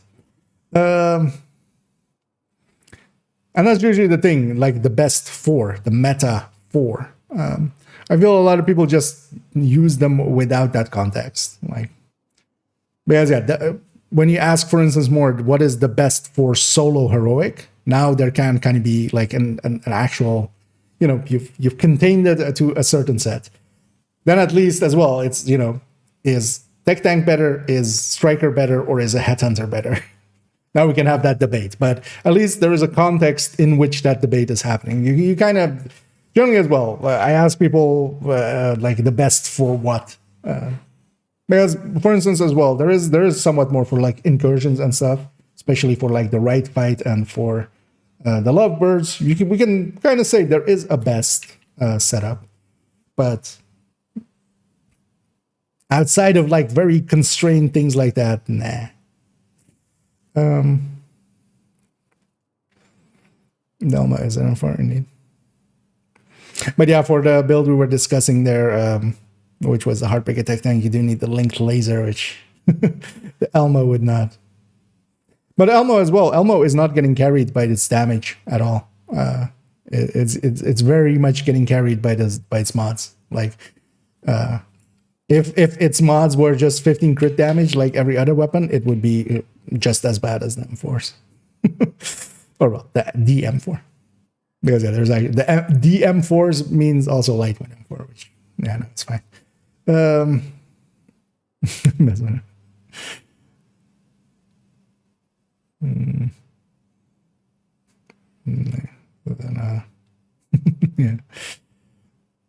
it's better than everything indeed. Their experience and play so somewhat, although you can also kind of see it as the other way. I know a lot of players that in the past as well, when like glass was the meta kind of for general play in open world and in missions and stuff, that forced a lot of players to kind of conform to the build, because you can have it also go that way, of course. Because I feel still a lot of players could conform to a lot of builds if they just kind of push themselves and stuff. Although as well, a lot of players are idiots. Yeah. Universally most universal build, indeed. Brought to you by Universal Studios. Was that actually Universal? I don't even remember.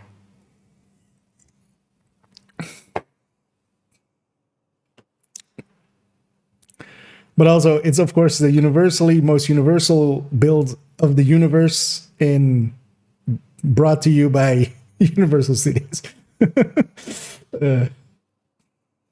Earth Edition.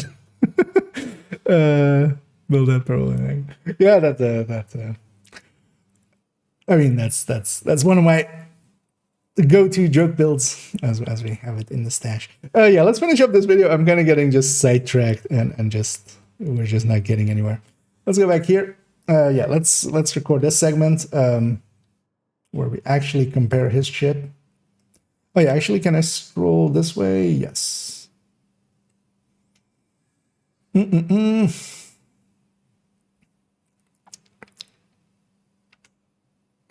So here we're actually gonna do what I would hope somebody comparing builds would do.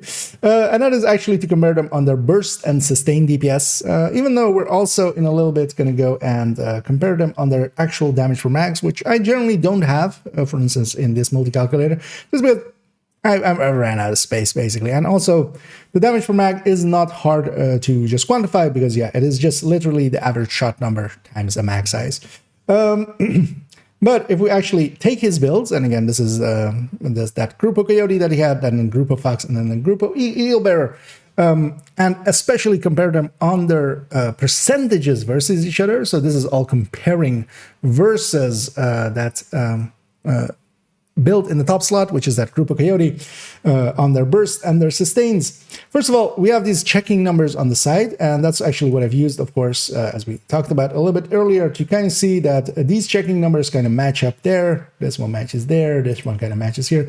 Of course, within rounding errors, because we'll be off generally by like one, at most two digits, or well, a digit, basically, and digit. And that's fine, because we're getting close enough. That's also how I know that one mod was maxed out, because the only really way to get there is to kind of use a maxed mod on that striker mask that he put in, instead of the not maxed out mod that he had in the Coyote. That's also why we have here at the end some corrected stuff, because that's actually going to be much more interesting. But first, we'll see the way that he had set up the builds.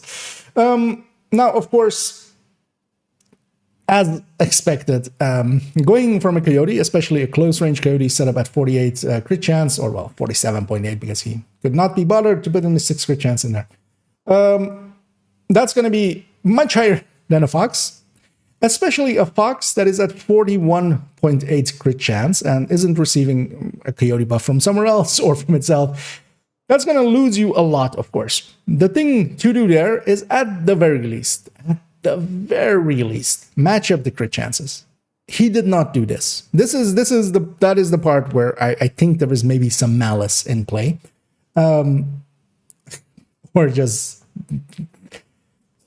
basically just neglectful incompetence. Because yeah, if you don't line up your crit chance, crit damages right, you have 176 crit damage. Really think that 42 crit chance is going to be enough for that, is when you can cap at 60, because the right thing to do is actually cap at 60, not even take it to add in one crit chance mod. You would likely be better off inputting multiple crit chance mods, which we'll see a little bit later on when we actually do the comparison right, a little bit later down there. But for now, so he flipped this crit chance, basically losing it, but keeping his crit damage high, of course.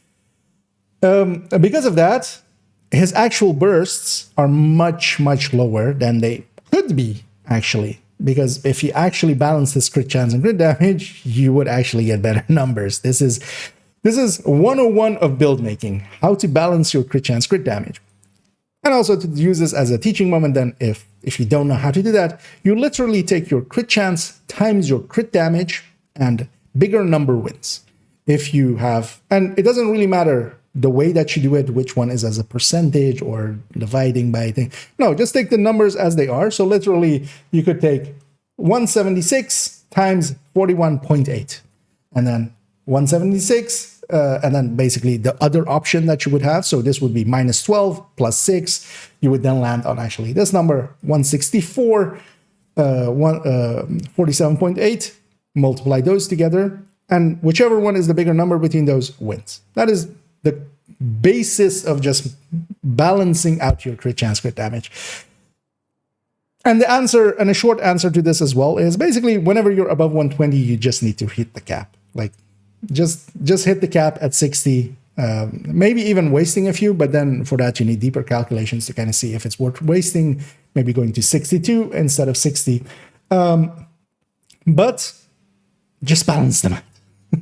This isn't a balanced crit chance, crit damage, because he's at 176.42 if the mod was max. It's not even max, it's 41.8. This is insane to me, to even recommend the build like this. And then, of course, compare them, not on their burst and sustains, because they suck, especially that Zvia, the Eagle Bear, or the Eagle's Grasp, Grupo, is 11% behind on burst. It is not even really keeping up in its sustain, even though it is helping both the reload speed with its weapon handling, of course, and also has a bigger max size. It's not even keeping it up on sustain. Now, of course, you could make the case, I'm getting 15 weapon handling, but that's, of course, not the case, again, that he's making. He's saying this is better. This is better? This is better? I have no words for that. But then, of course, one thing we could do is try to at least fix up his mistakes a little bit. What if we actually put a full mod, as these three numbers are for build 1, build 2, and build 3 here?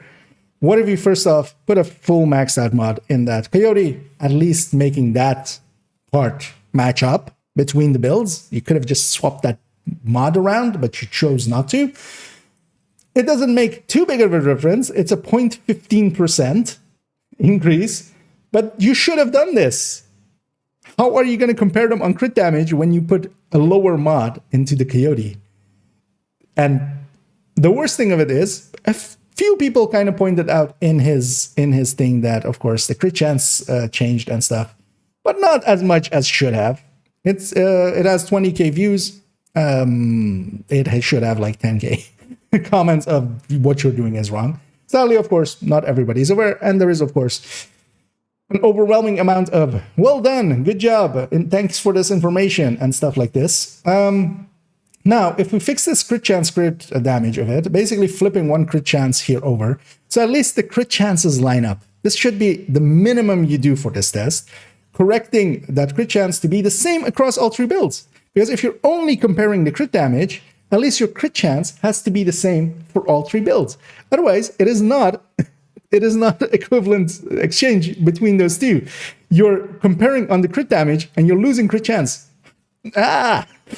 But then what we see is actually the numbers go up. So that Fox's Prayer, instead of that being 95.1% of it, is actually 97 now. Hell, even the Eagle's Grasp is going above 90% now. If you just fix this up, and this isn't even completely fixed up, because we could go higher than this, of course. We could put more crit chance into this, because you also would need to. The other build has Coyote from itself. Are you expecting a Coyote from somebody else? Then you could even, instead of that Coyote, run Grupo for yourself. Run Cheska Grupo, or in this case, hell, even if you don't want that, run a Fenris. Run Fenris Grupo if you're that dumb that you don't understand that. Cheska is the way to go. You could have made an equivalent test between the two. You chose not to and left out this crit chance. This is malice? Question mark? Or were you literally this ignorant? That is the question at the core of this, and why I felt I needed to make this video. Now, as well, if we actually take a corrected crit chance, because we're getting some damage numbers here out, of course, which we can use to, in his method, again, do this calculation of what if you actually put a crit chance in there. And then what we see actually is if we take, so this is the same, of course, although actually a little bit higher, because we're taking the numbers from having the full mod. So the whatever the hell his thing was is now a little bit higher. Here, of course, but what we then see is actually if you correct for the Svea, because he was, of course, only comparing on the crit damage, if you're not just comparing on the crit damage, or just at least keeping the crit chances the same now, he, of course, has lost some crit damage. There is no longer a difference there. This is the percentage difference between this number for the Grupo Coyote and the damage, his crit damage per mag, whatever the hell it is, for that same build, but actually corrected for that crit chance. There is no difference. And of course, this build again needs to fire for 10 more rounds to actually get this damage per mag out. This build gets it out 10 rounds faster on that damage per mag. It should be obvious that it is actually much more powerful. And this is also, of course, the other thing where I'm like, is this malice or is this incompetence? This is, of course, the only metric, damage per mag, although actually even like in the way that he's done it, in the bad way that he's done it with having that stupid little crit damage way of doing this, where it is even better in. Has he cherry-picked that? Or does he compare always like this? I haven't much of his videos. In a lot of his videos, he doesn't actually talk about numbers. I watched a few of his build videos. I haven't seen any other comparison video of his. So I'm actually kind of curious if he always does this, or did he cherry pick this for this? This is the second malice or incompetence. And yeah, this is if he had done it actually in the correct way, there would basically be no difference there. And of course, that would not make a good video for him. But luckily, he made it for a good video for me. Let's actually go compare these builds in the actual way that you should do it with Cheska Coyotes versus Cheska Fox and Cheska Eagles Bear. Actually, let's see what the difference is and actually make an educated decision.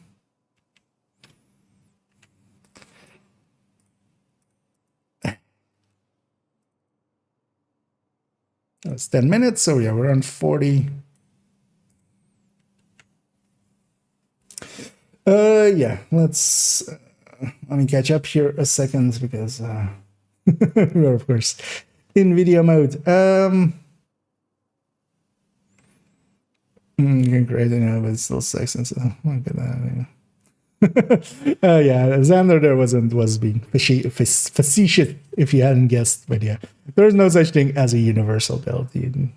I mean, well, actually there is. You can just, there's a reason we call the Elmo Obliterate Striker the general meta.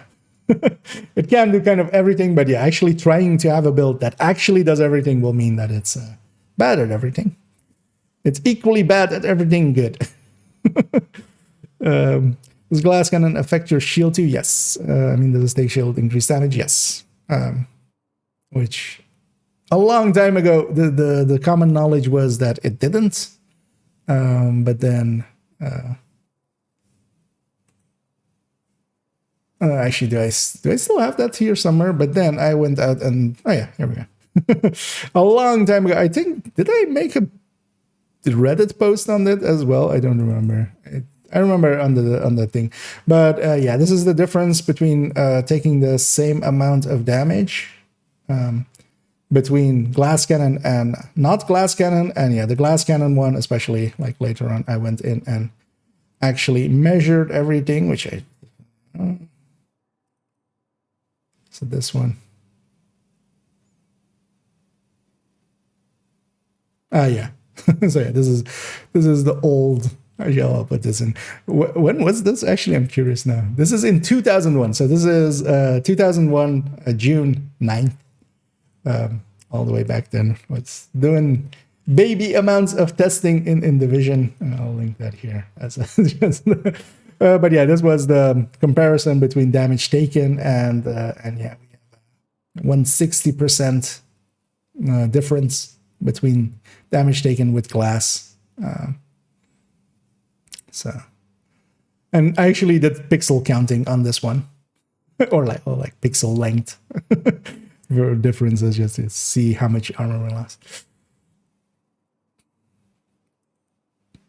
I would love to send that to that guy that was like, I've been playing this game for forever and I have 3 years of running this. Like, dude, I was testing shit in 2001. Get out of here. I like you as well, yeah. Atomic answered as well. Just yeah, it kind of depends. You can actually run a bulwark because it has so much, but yeah, you are taking, like, you're basically cutting it in half. Close to anything Rasams. You have the close buff? Sorry, what? On which ones do you mean, Van? That's... Oh, on the earlier ones, the thing is, I'm kind of using his metrics. So he had the Coyote, of course, only on that first build. So here he has the close range buff on. That's also the numbers that he got. And then on the ones I'm going to compare here, because in the same way that he did it, because he's trying to compare Coyote versus Fox, not just Grupo versus Fox or something. Coyote wins so hard that it's not even funny, which we'll see in a second as well. But if you're going like Cheska Grupo or Cheska Fox, and you're expecting it from somewhere else, but here, yeah, we have the Coyotes like built in on the builds that have Coyote.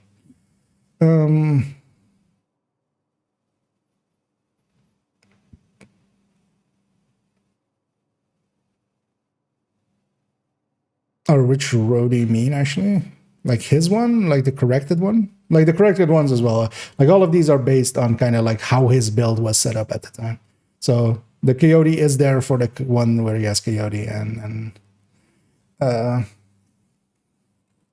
his first one. Oh, yeah. I mean, he's just comparing the well, I mean, he's taking in-game numbers, so he's not even calculating and stuff. But yeah, he loses the Coyote on this one. But of course, he's cheating and kind of just taking the crit damage when he's losing crit chance. That's kind of the reason, actually, his outcome is kind of the same. Or like, it seems better than it is, because it's really not if you actually do it correctly, if you give up that thing. And either Hawaii. It's going in Division 2.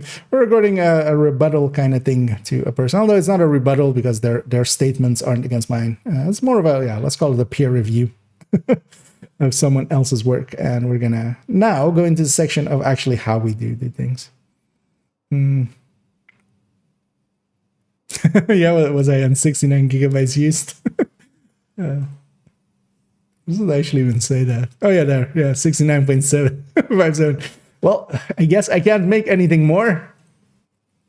We have to stay on 69, of course. I don't know. This game came out in 1919. In 2019. So yeah. Because yeah, we even in 2020 we had the Woni already. I went into sections after single medium would have ruined it. I'm ending also on 98. Nice. Oh yeah, that's cool then. Then you can kind of check this first one. We want to curious which buff he had during this. He had the short range buff, but that was just. I mean, yeah. Actually, well, I did state it here. Like, yes, Coyote 0 to 15 and then nothings. But yeah, he was. Because the numbers he was using, he was shooting a range target at 5 meters. That's like how we know what he had.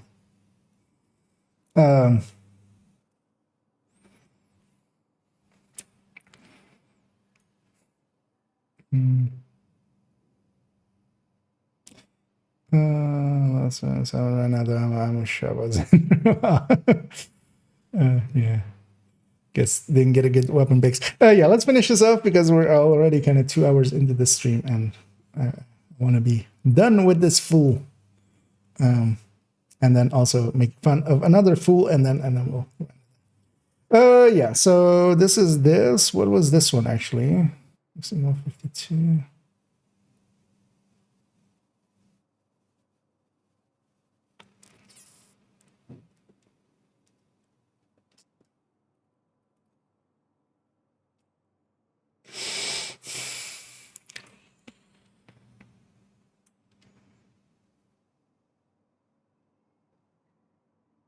I don't remember what my last sentence was on the other thing. Let me actually go listen. If he had done it actually in the correct way, me. Let's actually go compare these builds in the actual way that you should do it with Cheska Coyotes versus Cheska Fox and Cheska Eagles Bear. Actually, let's see what the difference is and actually make an educated decision. So it's kind of just open. Yeah, let's go into this.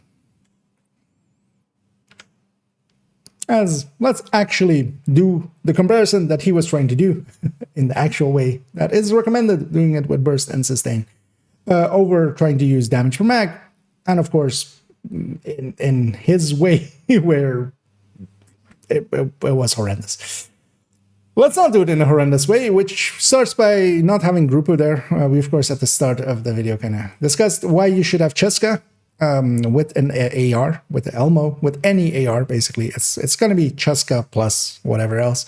Going Grupo is the wrong choice, and again, link down below the Cheska versus Grupo video if you want to go watch that. We have the Cheska plus Coyote at 0 to 15 active, Cheska plus Coyote 15 to 25 active, and then we're going to go Cheska Fox and then the second Cheska Fox, where we kind of increase the crit chance, better balance the crit chance, crit damage for solo play, because of course this first build will have Coyote from itself. These Foxes, unless you are getting Coyote from somebody else, which these seem much more for group play, of course. We'll also calculate that out because we have that down here, of course. But for now, we're just trying to balance it out with that 46, and then actually with 2 crit chance mods going all the way to 58 to actually get a much better result for those builds for them. Because of course, Coyote is going to beat everything outright. That should be obvious. Even the Fox, because the Fox can compete with having Cheska Grupo and then Coyote from somewhere else, but it can't compete against Coyote. Coyote is just too good. Always has been, always has, will be. But a Cheska Fox here, first of all, with a 46 crit chance, kind of the way that it should have been for him, and then together with that, with a 58 crit chance. And then, of course, we'll take it as well for the Eagle's Grasp in the same way, because the crit chance, crit damage kind of them will kind of be the same. But of course, the Fox's Spirit gives you 8 damage to targets out of cover. The Eagle's Grasp gives you 15 weapon handling. And we see that kind of returned as well. Of course, as well, the Eagle's Grasp gives you a little bit more max size and a little bit better reload, because you do get a little bit of weapon handling from it. The Cheska Coyote 0 to 15 and the 15 to 25, especially for builds set up at 52 with that with the Cheska. Those are the 2 top dogs, of course. They're going to win everything here. It's 100% as the Coyote, as the baseline reference. The 15 to 25 is, of course, a much better balance of crit chance, crit damage. It going over 60 as well, just going to 62. It is still a much better balance there than we would have with just a plus 25 at the 52 that we have. But then at least at the 52, we have kind of a better balance there as well than some of these other builds with the Fox coming in with kind of in the same style that he had, because of course we're landing on 46 instead here, kind of, because we are using Cheska, so don't need the 2 mods, but we are landing instead of like the 48, which would be his 1 mod here with just the base, we're landing on 46 with 1 mod, sorry. But we can, of course, take that to 58 and then drop crit damage rolls to kind of better that out. And we do see actually the results of that very clearly here. And this is why you should balance out your crit chance, crit damage. When we're not expecting a Coyote from somewhere else, of course, the other build does have a Coyote of itself, so it can expect a Coyote. Here, assuming kind of like solo play, we're just losing quite a bit. At least if you go all in on it and kind of get, for instance, with this Fox is getting to 98.53%. This would seem maybe that Fox can kind of compete maybe with Coyote, you would think. But this is, of course, at a full uptime, basically, of Fox's Prayer of damage to targets that are covered, which there isn't. We'll see in the second one where we actually kind of give it a rate percentage, because even as much as everybody likes damage to targets out of cover, including me, I pick it, basically, you know. If I can pick it, I kind of pick it. it isn't active 100% of the time. Targets will make it to cover, even if you're shooting them out of cover with a few shots. Those few shots that you took at them in cover to stagger them out of cover, those were in cover. You don't have 100% uptime on damage to targets out of cover. That's why this number, we're taking still the full. In the next one, we'll kind of try to bias that out, basically actually try to account for that. And then we go to the Eel's Grasp. In the bad version, kind of in kind of the style that he had, it is, again, just basically a 10% loss. And a 10% loss is a lot. You can choose to do so, but you shouldn't be under the assumption that it's better, that it's more total weapon damage, or more total damage, as he called it, or an upgrade. It isn't. It is a downgrade in damage. You gain some weapon handling for it, because this mag size is kind of meaningless. If you can do more damage with less of a mag, as we saw earlier, where basically especially the Cheska Coyote version, in a damage per mag variation, does more than the Eagle does, because of course it does, when the other two were that close. The damage per mag is actually higher for the Cheska. We'll see that in a second as well. So you're doing less damage over a longer, or well, you're doing the same amount of damage over a longer amount of time. So less damage. That should be obvious, right? It is fine to choose this, but not under the moniker of more damage. Just admit that it is less damage and you just like the weapon handling, because the mag size doesn't really matter. Just this weapon handling is the difference between these two. It is fine to choose that, but don't be a dick and try to just force it to. Yeah, let's go check the second one where we actually compare them a little bit more clearly. Actually, I should have a damage per mag, of course, of this. I had that actually, and then, but that was on a different spreadsheet, or that was like on a different version of the spreadsheet, and then I reverted the version because I made some other things, but then I forgot that I added this. So might actually redo that segment. What if I actually take this and I put it here? Actually, I think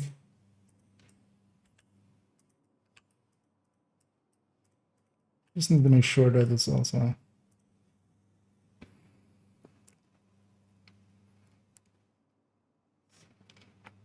Oh no, actually, oh yeah, we need to redo that segment. Because the damage per mag is higher, but not the damage per mag over the same. That's the thing I was trying to make work, like over the same time span. But burst DPS actually does that already, was my conclusion afterwards. Oh no, actually this is wrong. This is wrong. See, I was right. It's basically the same damage here. We need to fix these up. So this is all gonna compare against this and 58. I'm gonna just fix it like this. But it is still a tiny amount higher. So we don't need to bring it like that. No, I don't. Go away. Right. 58. Wait, what?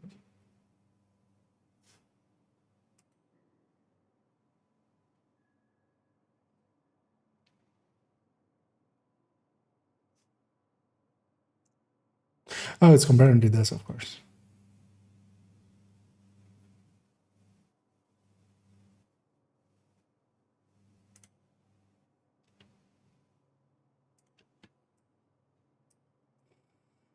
Oh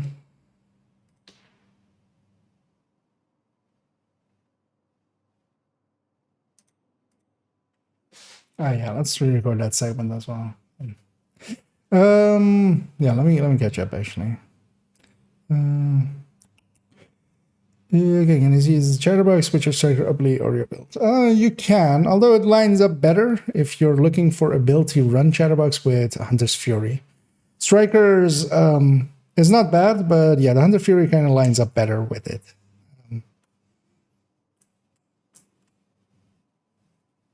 I feel. It also gives you a few tools to get close by.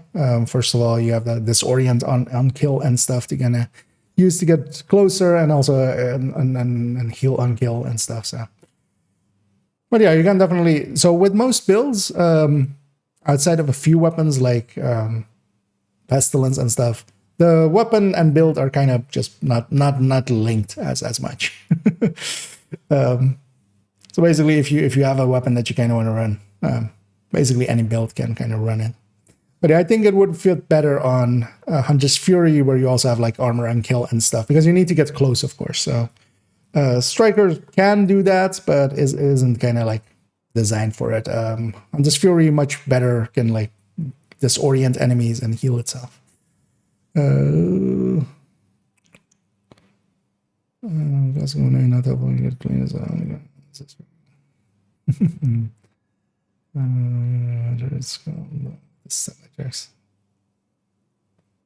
Yeah, I know which one you mean, but I don't remember where it's called. Burst of this the metric. I mean, we're gonna kind of discuss that here as well. Why this is the metric that we kind of compare builds on. And hey, Gustav. Indeed, there he is. Yeah, let's redo this segment as well, because I needed to have that damage per mag, and also I basically said it wrong there. Because yeah, it's not more damage per mag, but yeah, I had a different one earlier, but I kind of removed that. Also, I wasn't showing it actually. I was creating that on the side, the damage per mag and comparison, but it's comparing, of course, to that first coyote. Yeah, let's actually a good point as well. I'll kind of explain why we compare on burst and sustained DPS. Because actually, yeah, that should be.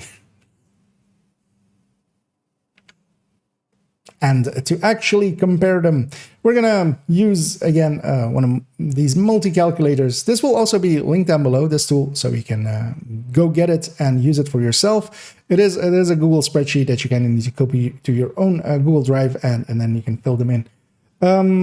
And these are multi-calculators of my design. We're kind of comparing up to 10 builds here, as I didn't explain earlier, but we're mostly concerning ourselves with this burst DPS and the sustained DPS percentages. One thing I should actually explain is why do we use burst and sustained damage over using, for instance, a metric like we have down in the corner here as well with this one, damage per mag, or, you know, what he was trying to kind of do, but failing miserably in trying to do a somewhat like crit damage per mag. The reason we compare on burst and sustained DPS, this is the theoretical upper band, burst being the theoretical upper bound of your damage, and sustain is your theoretical lower bound of the damage. Basically the higher and lowest point that you're theoretically going to hit, as long as you're completely firing at full rates of whatever put in, like for instance here armor, which of course will not happen, hitting every shot and such. The reason though, this is in the same way as kind of, if you are familiar with cars, you could kind of compare burst DPS to horsepower, you can kind of compare sustained DPS with torque. And you could kind of compare damage per mag with either like the mileage of it, although sustain kind of fits that as well. But you can kind of see it as it's how big its gas tank is, as we were kind of talking about earlier, or for instance, maybe what the range is on an EV. Still an important metric, but generally not the metric we compare builds on. We do this on burst and sustain because, especially when there is no real difference between how the build will play. So for instance, if you're comparing, for instance, strikers versus negotiators, they play completely differently, of course. So when you have that, you can't just go by burst and sustain numbers. But if you want to just compare between several versions of negotiator in itself to see which one is more burst and more sustain, more higher bound, more lower bound, you use burst and sustain DPS. This is the classic tool for comparing, especially in a setting like this, where we're kind of comparing strikers within itself. So all three of these kind of play the same, of course. And basically here, bigger number wins, at least on damage. You could, of course, have other things. You could have maybe on the chest have something else. For instance, braced, or having trauma or something else. Those would still play differently. This is, all three are obliterate strikers. They kind of play the same exactly, with having a little bit more weapon handling, of course, on the Eagle's Grasp one. But they don't meaningfully play different. So we can just, this is the best tool then to compare those builds. Gonna cut it there for a second.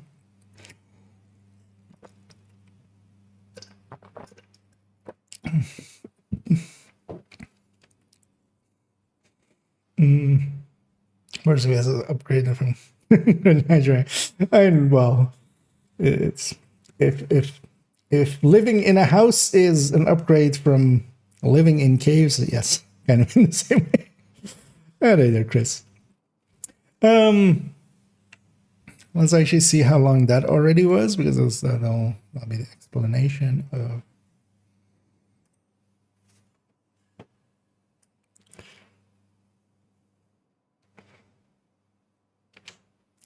So let's take that information and actually apply it to the better versions as well of these builds. Cheska. Cheska should be in there, as we talked about earlier. Again, video link down below, and the spreadsheet of that video as well. If you want to go see the differences of them, but on ARs, so not on SMGs or such, on ARs, there should be no debate. That debate is already settled. Cheska wins against Grupo. So yeah, it should be Cheska Coyote, Cheska Fox, Cheska Eagle. If you're going that route, you should at least do it this way, because as well, and that helps all of the builds out, as their damages are actually just higher on doing it this way. Then we have, with the Coyote, of course, a 0 to 15 and a 15 to 25, because we have different ranges that we can use for that. On the Foxes, we still also have two of them. One of them being a Fox's Prayer, kind of in the same way that he had with, or well, the way that he should have had it, with one crit chance mod, getting it to this 46, or actually fixing up its crit chance to take it all the way to 58 here and dropping a lot of crit damage. Of course, he wouldn't want this, because then the crit damage numbers here become much lower in the version that he was using it, going really low. But of course, when you actually want to compare them on their burst and sustained DPS, this is the way to set up the builds. And this is also the way we set up the builds, with balancing out their crit chance, crit damage.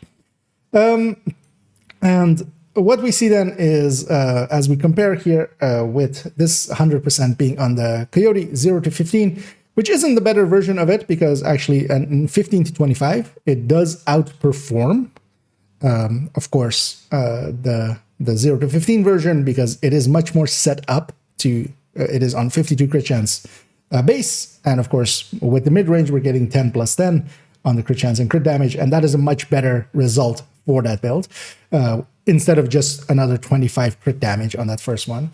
But what we see for all of the other ones, especially the Foxes here, they're just lower. Because, yeah, of course, Cheska Fox is not going to beat Cheska Coyote. A case could be made versus Cheska Grupo, but not against Cheska Coyote. there's a reason Cheska Coyote is the go-to. Fox's Prayer is just going to lose out. And keep in mind as well, this is at full uptime for damage to targets out of cover, which also just does not happen. Even if you want to take it really high, as a 95% or something, which we generally do, for instance, for things like Incursion or something, still things go into cover. You can't avoid that. You will have to need to put a few shots here and there into enemies into cover, and that adds up pretty quickly and drops it to around 95%, for general play even 90%, especially if you're, for instance, solo against multiple enemies, which you would have in like a public execution or in land, in control points, and all of those things. You have so many enemies that some will make it to cover, and then even if you're staggering them out of it, you don't have 100% uptime. So this number is even a little bit skewed because of that. We'll actually adjust for that in a second comparison, in a second below. Also, as well, here we're keeping it at a no headshot rate and of course full DTA, kind of the same the way that he had it. We are actually going to play with this headshot rate, of course, because that will affect actually the builds with more crit damage, and the Fox will actually kind of catch up, as we'll see there in a second. And then we have the Eagles version. We have that 80 round mag, of course, a little bit better reload. That actually keep up its sustain. So its lower bound is not too far behind. Its upper bound on burst is laughably low, of course, in comparison. To say that this is better or an upgrade or more damage or more total damage, as he called it in that video, is a straight up lie. There is no way around that. It's either incompetence or malice. You can, of course, choose to do this. And hell, you can even make a video on it, and I likely even will at some point. For instance, I use the Eels grasp now quite often in, for instance, what used to be old glass reds, especially for ARs and stuff. It's a perfectly fine fit, especially as a replacement for the contractors. You gain enough of it, especially on a build that doesn't have much weapon handling, where strikers with Elmo is kind of course, has a lot of weapon handling. There, for instance, I totally can see it, but then I don't go, it's more damage. I know I'm losing damage. You should know that you're losing damage. This should be brought like this. I don't know why he's trying to be, or so many as well, Division YouTubers, are trying to be used car salesmen. This is the best, that is the best, as if they're getting commission per Eagles grass sold. Like, just, no, you're losing damage. You can choose to do so for the weapon handling. This mag size does not really matter, because we'll actually scroll a little bit to the right. Well, first I should know. So if we don't put our crit chance crit damages, and this is the reason again why to fix up your crit chance crit damages, because this is that 46 is kind of in the same style that he had it, of course, with it being extremely low, although of course we're taking it still a little bit higher. You gain basically 4% on each of these builds by actually fixing up your crit chance crit damage, because that matters. There is a reason we say that it's important to balance out your crit chance crit damage, because you can just gain 4%, basically 3.8%. Why wouldn't you? And the only reason to not do it is because you don't know. That's the actual answer only. Here as well, we have the same thing of damage per mag comparing. We are comparing to that top number, which is actually the Cheska Coyote at 0 to 15. But actually, if we, because then it kind of seems as if, of course, the Zwia here, the Eagles Grasp here, because of the Zwia brand bonus of 50 mag size, is actually winning at being, 104%. But actually, what if we compare this 41 million, as I haven't done that here already, but we're going to divide this 41 million by this 41 million from Coyote at 1 to 15, and it's a 0.1% difference, as we already see there. It's a 1.5% difference there. And this is, of course, the damage per mag. This is taking 10 rounds more to basically do the same damage. Damage per mag this is the reason we don't really care about damage per mag as much. We, of course, do care. One of the reasons, for instance, why the Vector 45 isn't as popular with people that actually are in the know as others is because one of that weapon is very much... the damage per mag is its worst attribute, kind of, compared to a lot of other weapons around it. And because of that, we tend to not choose it, because it doesn't matter as long as it's not too bad, basically. That's when damage per mag comes in. For the rest of the time, there is a reason we use burst and sustained DPS. But even then as well, if you didn't even want to use burst and sustained DPS, if you're one of these newfangled kids on the block that thinks time to kill is the way to go in a game like Division, which I fully disagree with, you can still go with time to kill. The metric that he was using is not just that he's using a bad metric, it's also he used his own metric poorly as well. Let's get to this final one to round it out for the numbers here, where we're comparing actually what if we're getting Coyote from somebody else, although as well here, the first one is actually from itself. Coyote 15 to 25 and getting it from somewhere else, because that's actually the point where you could, for instance, compare Fox versus Grupo, and you can land on this 52 for those builds and still hit 60. Kind of helping them out. And then actually, as well, for the Eagle, you can kind of get a better comparison. So if we go with the Fox versus the Grupo here, it might seem that the Fox's Prayer would win. This is with a 100% headshot rate. The DTA isn't active here, but it wouldn't matter. It would apply for all of them the same. Of course, the DTH, the inverse of it is damage to health, which is on the AR, but it would basically affect all of them the same. So it doesn't matter if this is on or off, but the damage to targets out of cover, of course, will affect the Fox's Prayer more than the rest. So here at 100% headshot rate, which will affect the Grupo the most, because now it would seem actually that the Fox's Prayer is kind of winning from the Grupo if you're getting your Coyote from somewhere else. So we have the Cheska Grupo, Cheska Fox. Now, if we actually put this headshot already at a much more reasonable 20% instead of 100% headshot, because you're just not going to for 100% headshot. 20% is much more reasonable. We already see that the Grupo is already winning. And this is before we actually put in the damage to targets out of cover rate down a little bit. Because even if we keep this at a really high 95%, the Fox's Prayer does not win.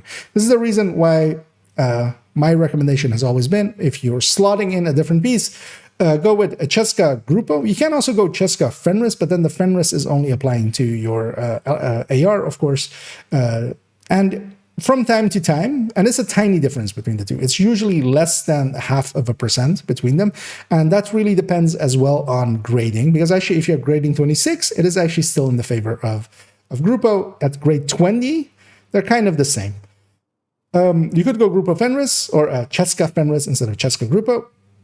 But the Grupo also applies to your ACS or secondary weapon if you were to use one.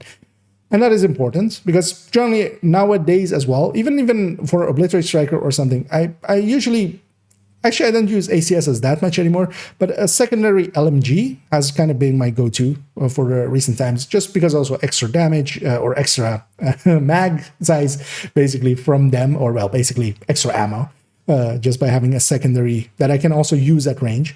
Because on Obliterate, we're perfectly fine just using the main weapon, the Elmo in this case. And this is the reason as well why we generally, the Fox does not actually win out unless you're actually calculating with full numbers here, which I just wouldn't recommend. At the end of the day, you kind of have to be realistic about the rates of headshots, the rate of detalk.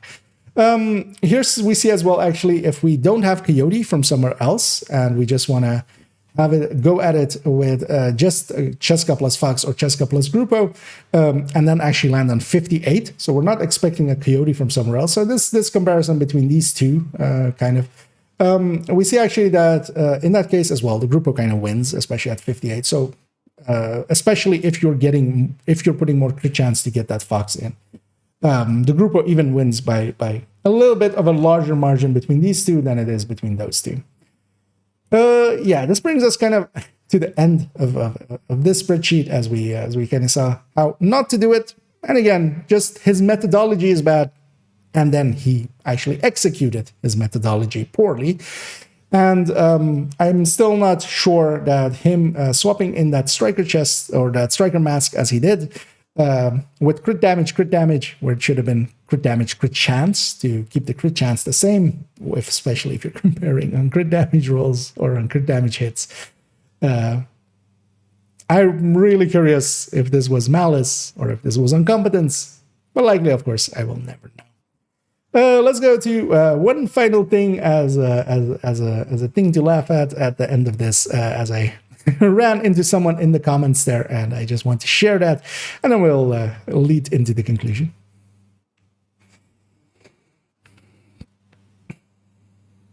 Yeah, let me catch up to some of this as well. Let's go here for a second as I prepare the background. This. Let me catch up. I'll do with no mediums that all three have. Oh, loop. I'm like, wait. Like controller, the like PlayStation controller L1 and L2. Like, wait. Okay, yeah, that kind of sucks. It's also this one going for max lives. I think that. Yeah, Xander is trying to get or attempting goes at the Nemesis patch, which the current, or well, what some people have gotten it as is to go, you have to beat him basically after loop 8. So between loop 8 and 9. So that means doing all hard rooms as much as possible, but then also you can only have 7 mediums during that whole thing. So basically 1 medium per loop. Otherwise, if you don't, you will hit it at between 7 and 8, and then it doesn't count. Although actually we did it earlier in group, but now we might be thinking maybe it doesn't work in group, so that's what he's trying out. Yeah. Yeah.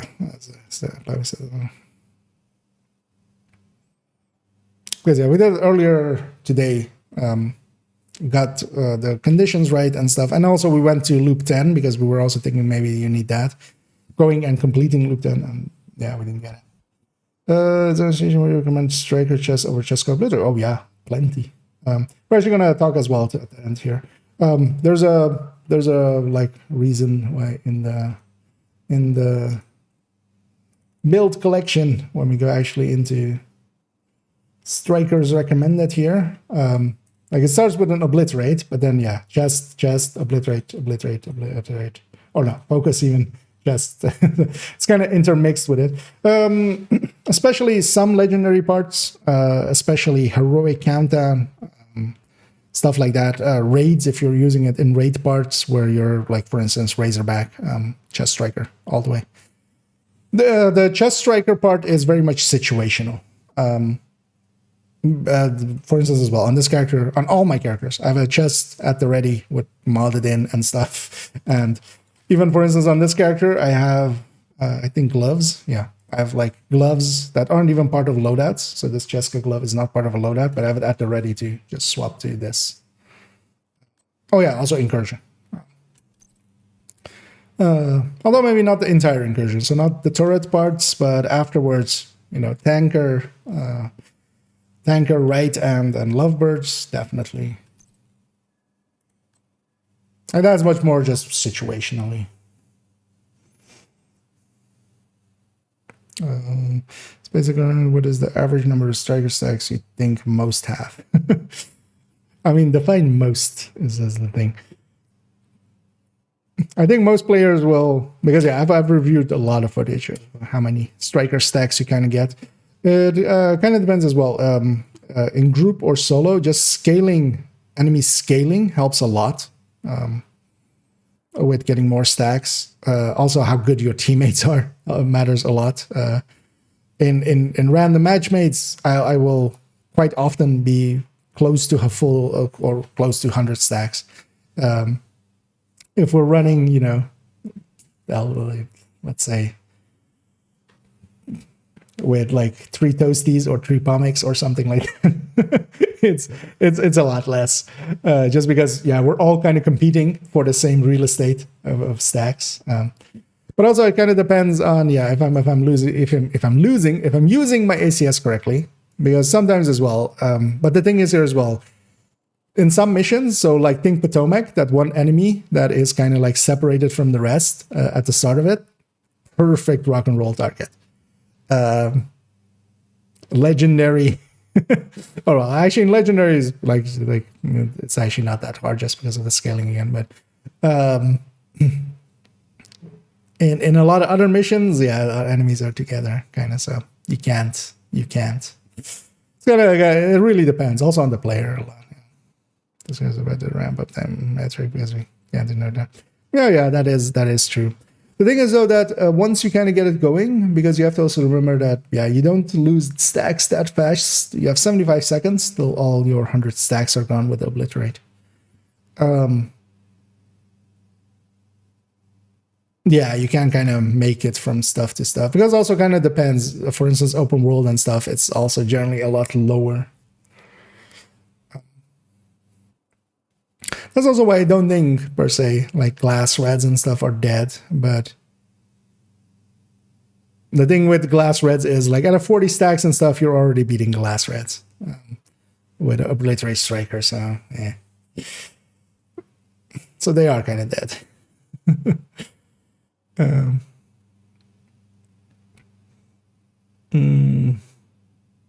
So that's... Oh, yeah, no, so the thing is... So for instance, here I am comparing them at 100 stacks, but that's the difference between these builds at 0 stacks is it just adds to the clutter basically. Because we can kind of assume with all of them that we're kind of going to stack the same. Like that eagle making for a little bit better like a CS like cone or something is not a meaningful difference. So we can, when we're comparing them to this, because we can set them all to 0, and like on the percentages, that's also why we're kind of comparing them on the percentages. So actually, let's see. Can I? And I would need to. So for instance, for the last one, it's 9185. If we take it to 0 stacks, it's 9185. So actually, we're doing these. It should be all the same. Except the fox should be different, maybe. No, actually, all of them are the same. Because it doesn't matter if they're at 0 stacks or 100 stacks, just because they're all 3 kind of doing the same thing at the same time, kind of. If you had something changing their rate of fire or something, that would be a way to. But for instance, with Striker, with actually, when I'm, for instance, comparing Strikers, like with the Obliterate Striker build showcase, I do actually go from 0 to 100, or like we have 0, I usually do 0, 50, 100 for stacks. But when the build doesn't really percentage-wise make a difference, when the 2 builds you're comparing doesn't make a percentual difference between, like if they're at 0 or 100 stacks, that doesn't matter. It's much more like, yeah, if you're comparing against like Glass Vigilance setup or something.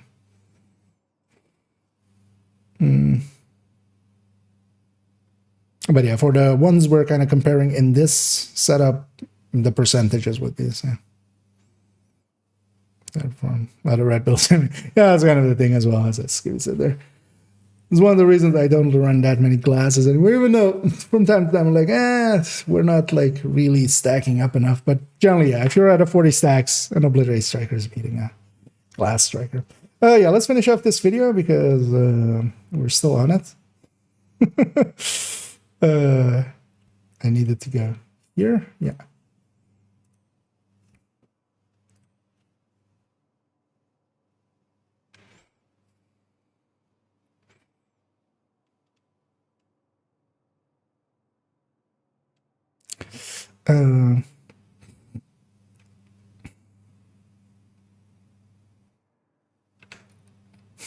And yeah, before we head to the conclusion, I just wanted us to end on a humorous note.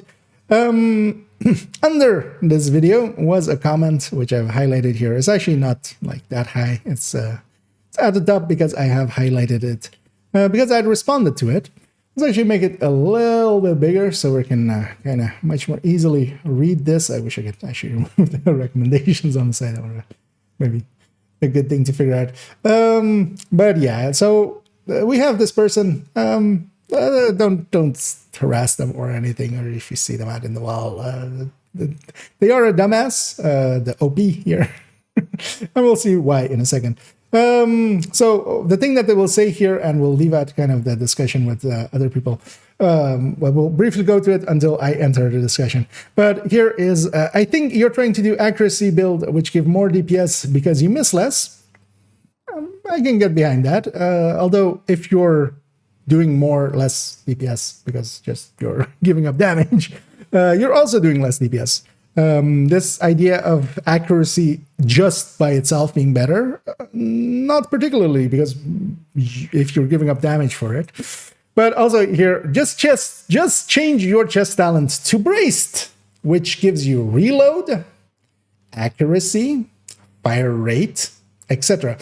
The thing that should be wrong there to anybody that kind of knows is that, well, 2 things are missing there, and 1 thing is wrong. If you don't know weapon handling, that you would get from braced, any weapon handling, the stat is accuracy, stability, weapon swap speed, which now again works, so we will include it together with reload speed. The reload speed does affect sustained DPS. The accuracy stability can be nice to have. Weapon swap speed is somewhat meaningless outside of, sometimes it can actually be a little bit handy for getting to your specialization weapon, for instance, a little bit quicker. So this person comes in with how is this accuracy built? Is cleared more total damage than a striker built out there. I just said to myself, I'm watching this video. Yes, the Eagle's Grass makes it way better. I'll disagree, but he continues, of course.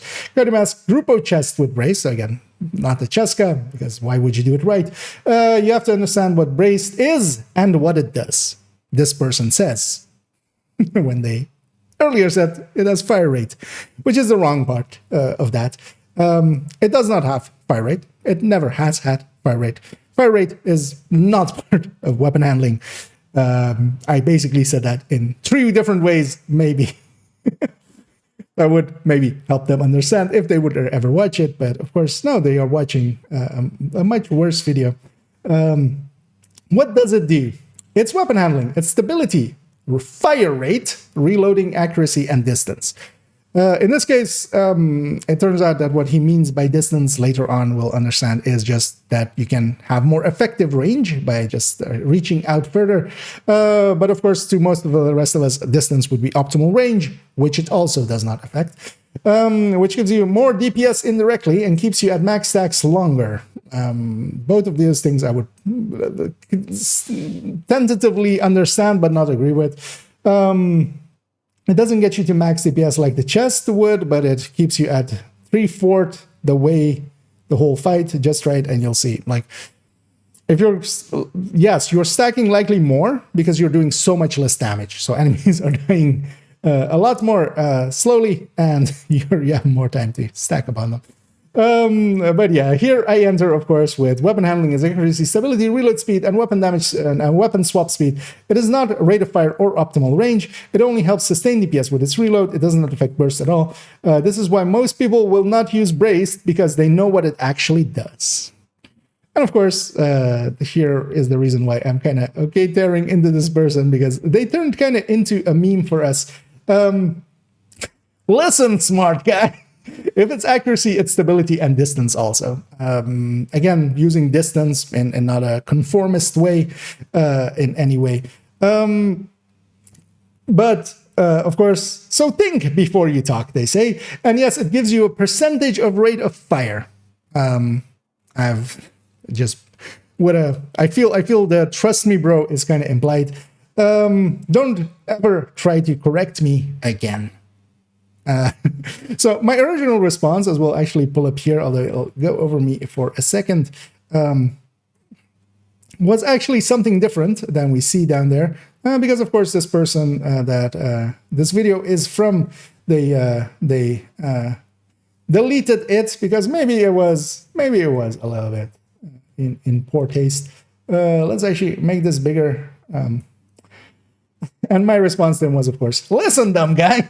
Distance implies optimal range, which it does not affect, and no, it gives no fire rate increase. A test that can be done by anyone in 2 seconds is to put weapon handling on a piece and see if the RPM of the weapon changes, which you have never have done, and even when called out, you still did not do. Stop trying to spread misinformation, and anyone should correct you when you spout incorrect stuff. How about you stop talking about things you do not understand? That was my initial response. This got deleted by the person, of course, that I'm kind of tearing into a second ago. So I'm going to guess that might not be like I will be persona non grata pretty quickly over there anyway. Well, seeing as that one got deleted, I thought I would still leave a response here just for the benefit of others, because that's also I start here just for the benefit of others, seeing as the YouTuber here decided to delete my last comment, likely because of the personal insult that was a rework of your insult, but that was deemed okay for some reason apparently. Go test weapon handling on gear and see if your rate of fire changes. It does not. It is a very simple test, but this person has not taken the 2 seconds needed to test it. But they profess it they profess it proudly and incorrectly, and then sign off with "Don't ever try to correct me again." People like this should be corrected whenever they are wrong, and harshly, so they know what they have messed up, and publicly so others know as well. And then maybe they will think before they talk, as they advise others to do. And then, of course, this guy comes back with Dude, I've been playing this build for 3 years. I've also been building loadouts for years for 4 clans. So I'm thinking you probably just bought this game 6 months ago, but stay strong even in the wrong. Now, of course, this person obviously does not know who I am. And not that I really am going to pull the "don't you know who I am" card, but also I would never just go. No argument that I ever make will be with "don't you know who I am," or like "I've been playing this build for 3 years," or "this game for," because if you want to play that game, I've been playing this game since beta. I've been here since basically day one. I played it quite a bit and really got into it a few months in, and I've been here for years upon years. And yes, I probably did buy this game 6 months ago. He's not wrong, for the 3rd time, for my 3rd account. Which is now 2.5K. This person they've been playing with this build for 3 years, just professes that they have played the build for 3 years and not understood it, not seen that if you don't run braced, you don't have a difference in fire rate. This is an extra admission of guilt. Also, I've been building loadouts for years for clans. All you have been doing is misleading them. Initially here as well, of course, like even just the Coyote Mask with a group of chests with braced. If you're even going to run brace, run it with a Cheska Chest Coyote. This isn't up for debate, basically. Neither is Rate of Fire. They could have taken, instead of debating me here, they could have taken 5 seconds and actually gone and tested their thing. This is to say that as much as like we kind of tore into Anytime Gaming here, there are worse people. Also, here to point out, as people will go, oh, but, you know, they'll never get better, or, you know, why am I debating this person here, or stuff like that. I'm not doing it for the benefit of them. There's plenty of people always lurking. There's plenty of people reading comments, reading Discord messages, reading Reddits. Uncorrected stuff left out there, kind of in the same way as Flat Earth and 5G causing COVID stuff and such, should be contested. Not for the benefit of them, but for the benefit of others. In the same way why this video got made. I'm not in it to, per se, make fun of this person that we talked about. I'm very much more so in using them as a springboard to discuss how to compare builds and why we run Cheska Coyote and not Grupo Coyote to begin with.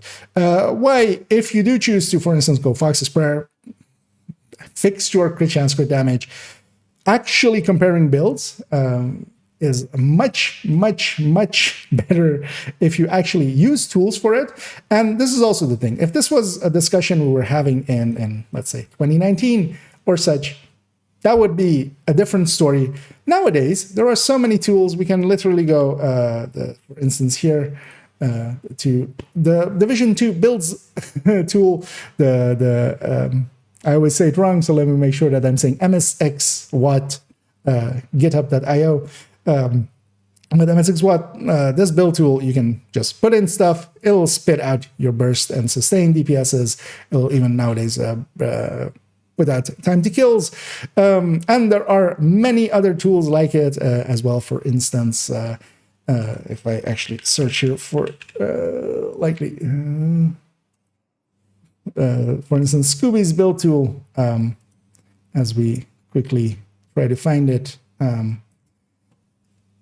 This build tool, which you can copy from their spreadsheet, which over to your own Google Drive.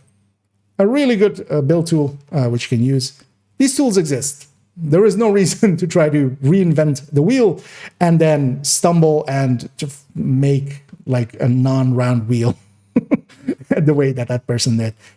So many tools exist nowadays. Go and use them. I will link, of course, the 2 that I talked about here now down below as well. Go use those. Don't try to do it in some weird way. And then, of course, I'm not even sure that they don't know about these, because they, of course, stick to one metric. That at least the Zavia kind of competes on, which is the damage per mag. But even there, it is not a meaningful difference.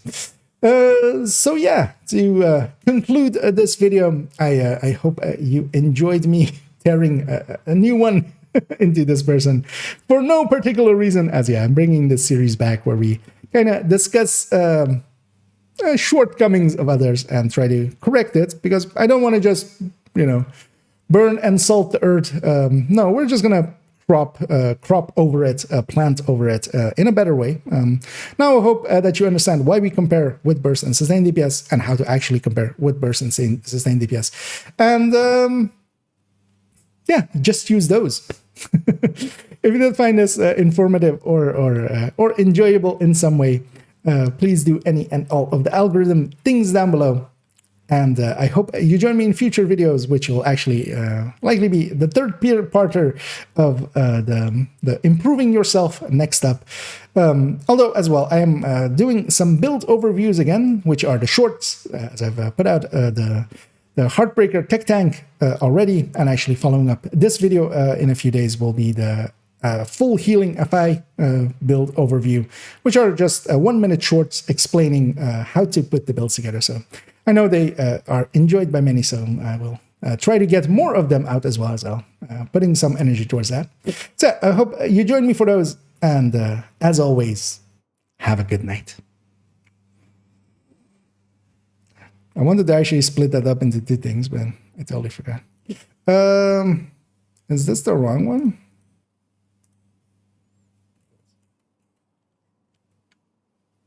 And all 3 are Obliterate Striker, exactly, Eagle's Grasp one. But they don't meaning, you can't just, this is the best tool then to compare those builds.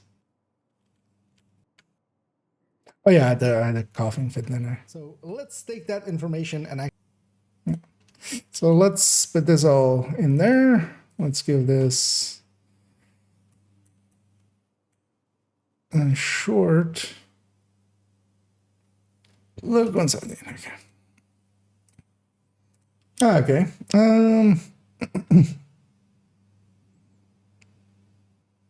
Bugging me the way. Oh yeah, I should have done that maybe. It's fine. Not gonna re-record any parts. I was thinking of putting that in there,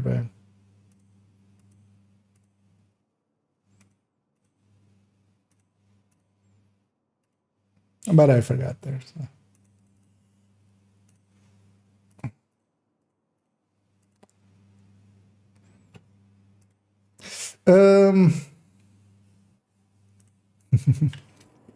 Yeah, let's actually have a peek here. Did Bartrix at any point kind of fix itself?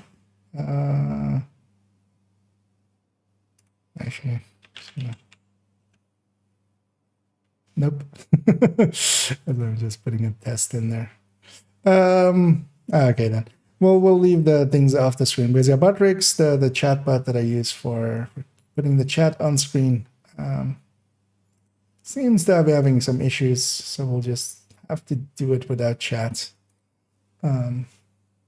for now, or on the screen. I can still see everybody's chats and stuff, and I'll be sure to just read them out, old school. Yeah, we're done with the finally. I need a quick bio break actually before we continue with talking a lot and then also liquidizing myself a lot. And then yeah, we should totally go do a weekly. Yeah, I'll be right back first. Although actually I'll load in the other character before I go. Hang on, let me catch up here. Oh, just switch it. Yeah. And thanks so much, Larry. Have a great, good night. Oh, I'm not ending. Or well, unless you are jumping up, you mean so. Because yeah, that was for the video, of course, and I'll be going on for a little bit, but I'm guessing yeah, you're hopping off. Yeah, let me catch up to that side as well for a second. Using to spread cards and injection, indeed.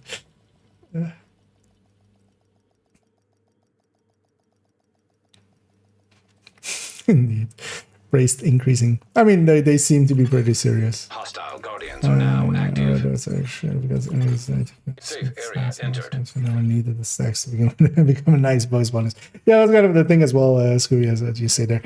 The thing is, if you can't really stack on enemies and stuff because they're dying too fast, that's a self-solving issue with Striker because they're dying. They're dead anyway.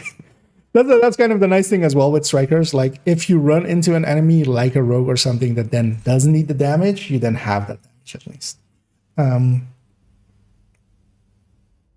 I pity this guy made build force. Yeah. I'm hoping they just were kind of placating him and going like, hey, yeah, sure, thanks, dude. And then just hopefully not using any of his information. What's called? Yeah, it's one of my, I always like it as well when they actually are kind of dicks about it, because then I don't feel bad about being a dick. I quite often feel like, am I being too much of a dick to this person? But when they're that bad, yeah. It's being so I don't know what he did. Yeah, that's yeah. Indeed. And then even he didn't even do his own test right, because even if you wanted to do his test right, you have to you can't just drop a crit chance and then act as if nothing happened. Correct me again, that was some different entitled shit. Yeah. Stay strong in the wrong, yeah. Yeah. But yeah, I feel this guy has become our meme with, I feel listen smart guy and listen dumb guy are going to become emotes at some point. Or just listen smart guy maybe.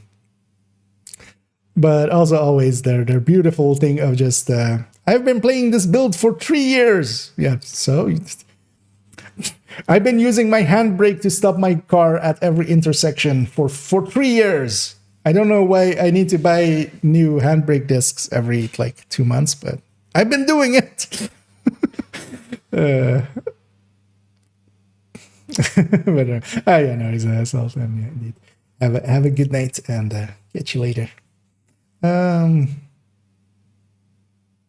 It's a better response to his last response when we saying he was building builds for clan with don't run raids, incursion, legendaries, because you're dumbass building.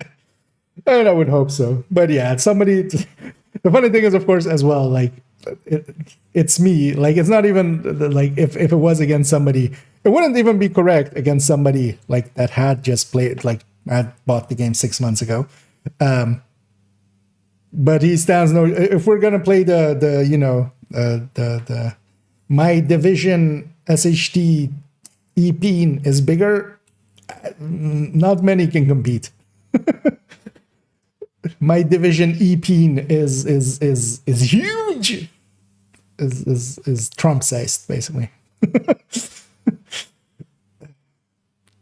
But yeah, let me take one bite break and then we'll actually go do some things and some stuffs. The things that we do sometimes.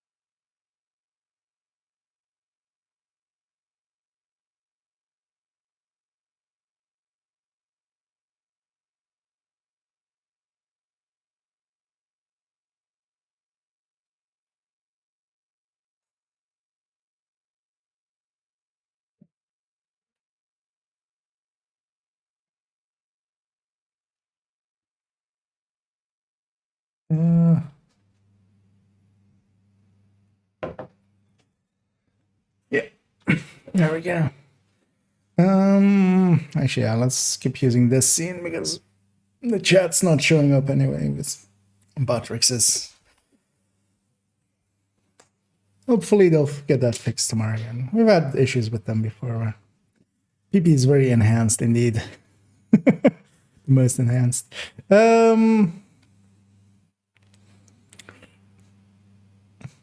Another failed run with 86. That's 6.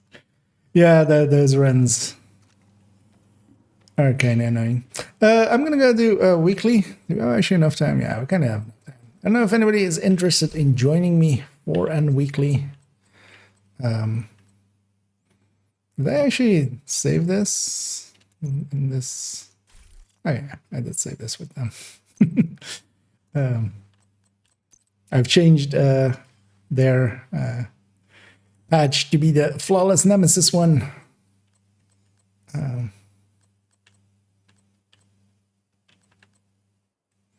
Let's keep them as Kiner. Because what was it again? It was oh yeah, why is this called East New York when it would be kind of like more North New York? Because yeah, it was Stranded, Teams, Liberty, and then some activities there. Yeah, let's go get started on that. Because we'll just do that, finish it off. And then tomorrow I will stitch that video together and get it uploaded and going. Yeah, let's take it right away to there. Too loose with all hearts. I mean, actually, yeah. But I think they also have a west. Hostile Guardians detected in the field. Which then, then no, wouldn't be.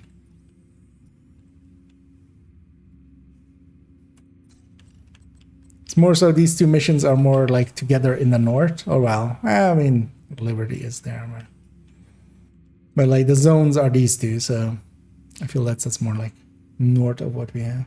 Well, yeah, that's kind of eastish, right? Maybe it is east.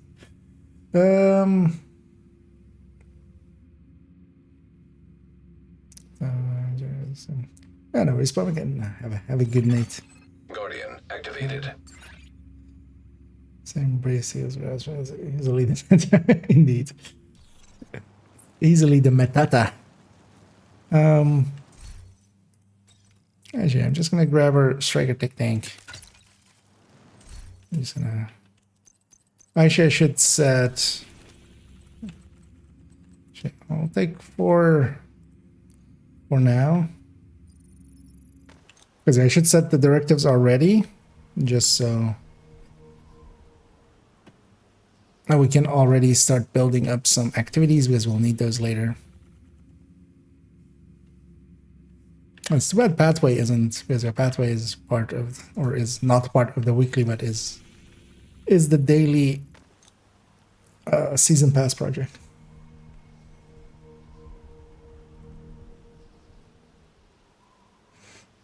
Harrison made your Honda's Fury build or your application setup. I was wondering if you had any tips or video showing it off. Yeah, sure. On the channel that you're on, if you go into there, let me actually see if I can bring it up. Where's my own channel? Wait, how did I go to my own channel again?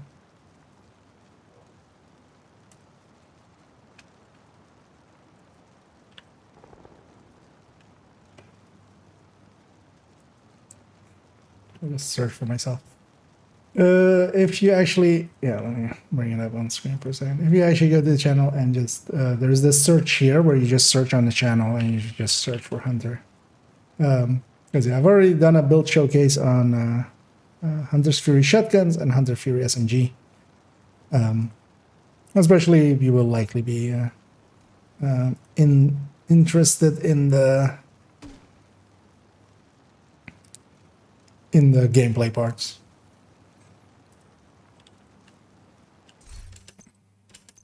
This there.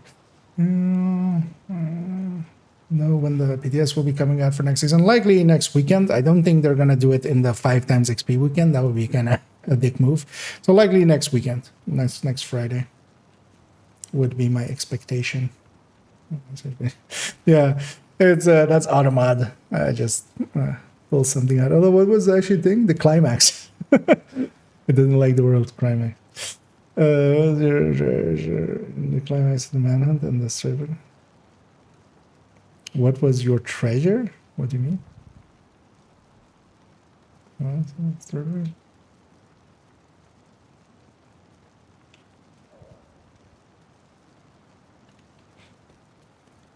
Time to take Yeah, down let's go. Vivian Conley and I have guardians hopefully get here. us I'm just one gonna step solo them. closer to finding that Unless somebody son of a wants to bitch join me. We know that Feel free patrols to of let me cleaners know regularly head out to if the you may west want gate to. of their oil refinery.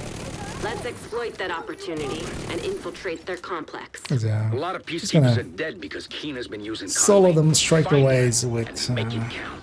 the tech tank striker.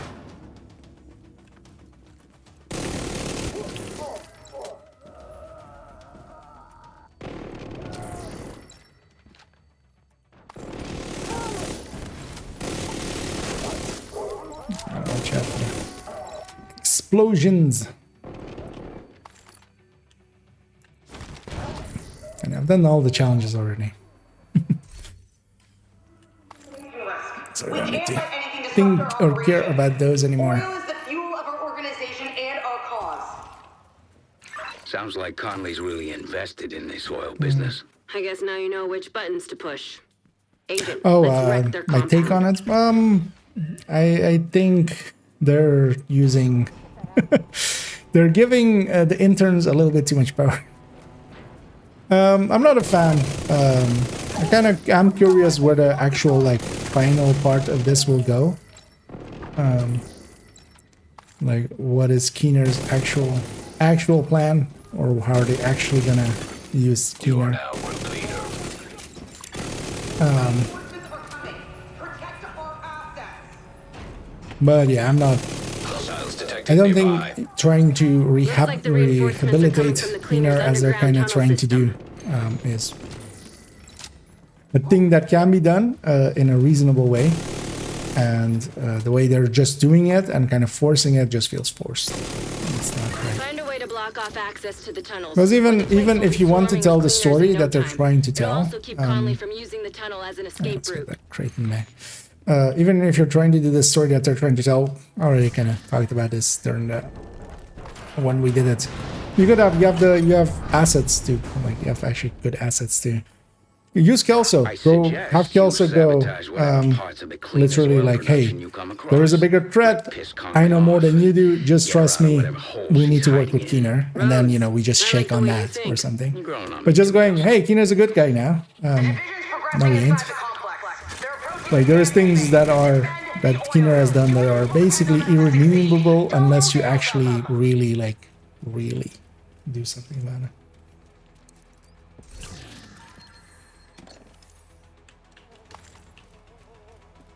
Anyway, I'm joining.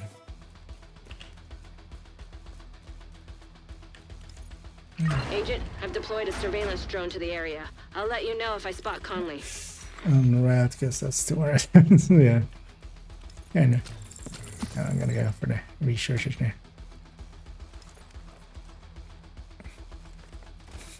And annoyingly, next weekend, which is likely gonna be PTS. I was hoping it would maybe be this weekend, but it wasn't. Cooling pumps detected. Whatever they're cooling probably can't handle too much With heat. PTS up next Do week, whatever you can do I'll to be disable because I'll be those working pumps, Agent. Thursday, Friday, Trust me. Saturday. It'll be fun. I likely won't be able to really get into PTS until, well, maybe Saturday afternoon. I can hop in a few hours, but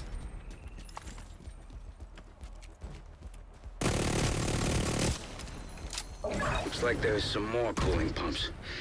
You know what to do.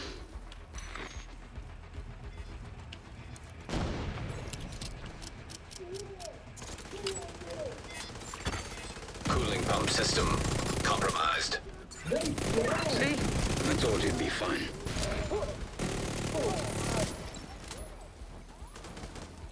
and here, for instance, with Guardians, that also came up earlier. Stacking with Guardians existing. Let's see what else you can mess with. Unless I them, were piss her to off. shoot a guarded enemy, without like firing at a Guardian, I haven't been above 50 stacks. Like The division's roaming inside at all. complex, disrupting our production and endangering our most But that's more the global event as well. Just This is Joe adds so much damage that stuff dies way too fast. But one thing we could do if we like needed it is stack on shielded enemy.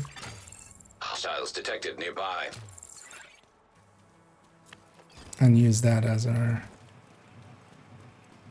stacking point. Ain't nobody got time for that. Cooling pumps detected. Sounds like another great and golden opportunity to me, Agent. That's Oil who does the refinery best to system strike me. compromised. I mean, yeah, we've heard it from somebody who's Sweet ran the build music to my 3 years. They make builds for clans. Oil refinery. That's what is that supposed to even mean? Conley's not gonna like Like- that one bit. Good. I'll raise you one. I'm making builds for the Hostiles entire detected community. nearby. Watch out! That refinery is falling apart, and the pieces will have to land somewhere. Guardians Avoid the buff. impact areas. For once, I'm above 50 because we got to shoot the boss alone before Guardians popped in.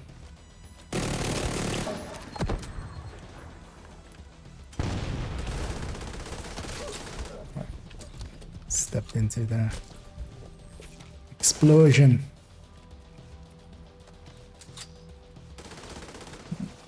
Let's get the got it.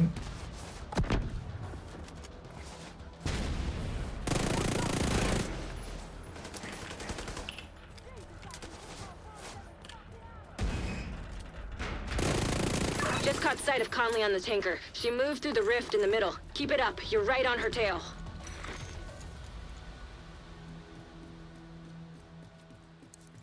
What about Kelsey's ass?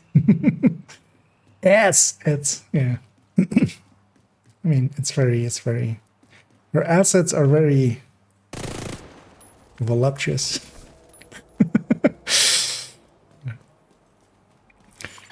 Yeah, we're gonna Echo detected nearby. get the extra room here. Might as well. That's not too much time loss. Anyway, we hit the button. We have to shoot 3 balls. We're gonna shoot a 4th just because. Just to be safe. But I was wondering if you ever wondered what that does. That opens this door and gets you this crate. And this is supposed to be a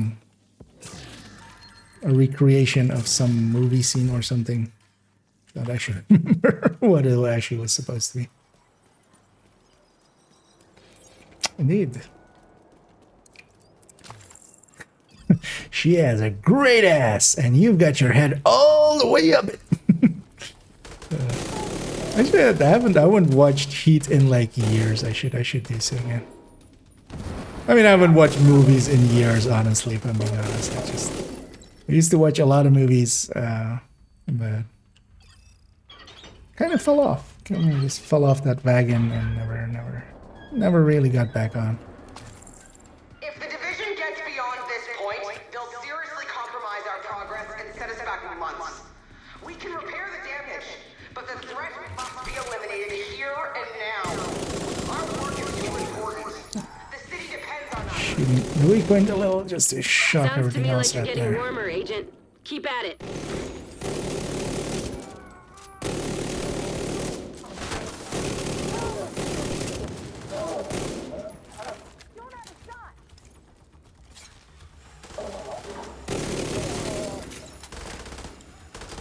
What the?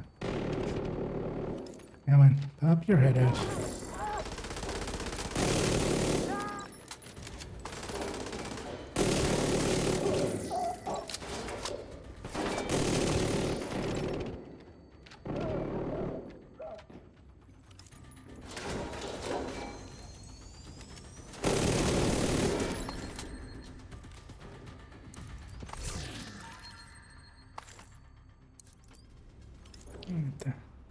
He just I'm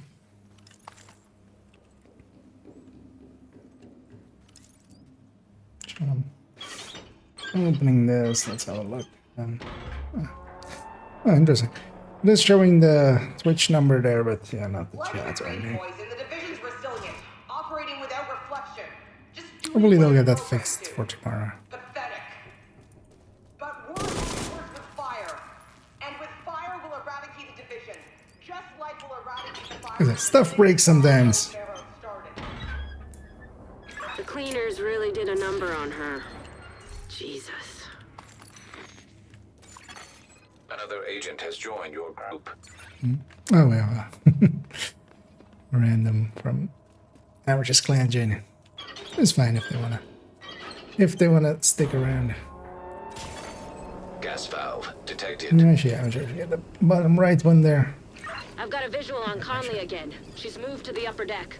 Looks like she's preparing for her Let's last get all the stand. crates. Typical extremist, doubling down on their own insanity. Don't think you can go from that way.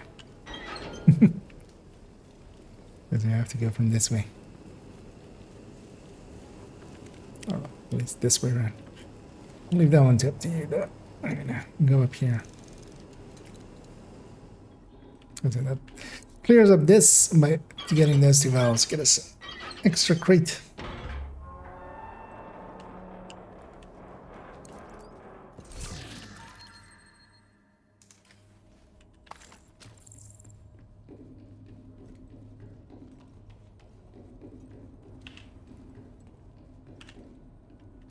Enough time for them to reach.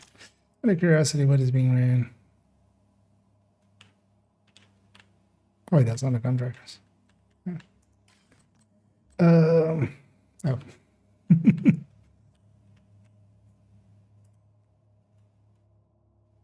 Alright.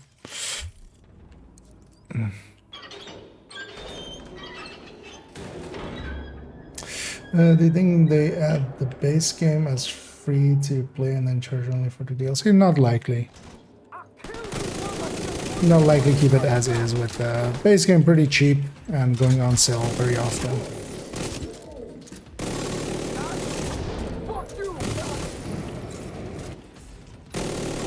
There's no...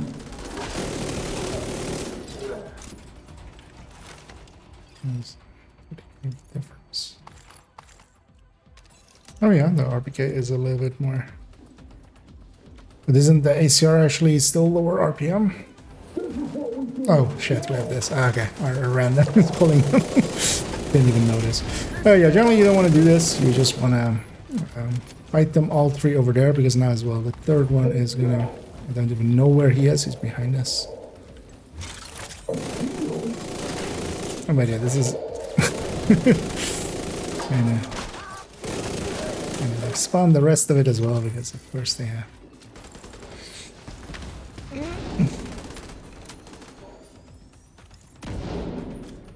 Yep. But no, I think they're gonna. Did this guy get past them? I'm asking the wrong question, sorry.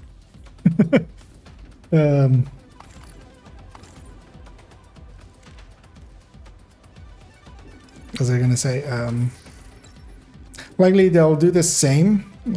So the DLC will likely, yeah, it's not gonna have like a increase to level number or anything like that. But what they'll likely do is the same thing that they have done with the Woni. So you won't need Woni. You'll likely get all of the gear sets and brand sets and stuff coming out of the seasons still coming out, and then DLC will just be kind of like Woni is now, kind of like extra content on top. Unknown network detected. Sounds like you're on the right track.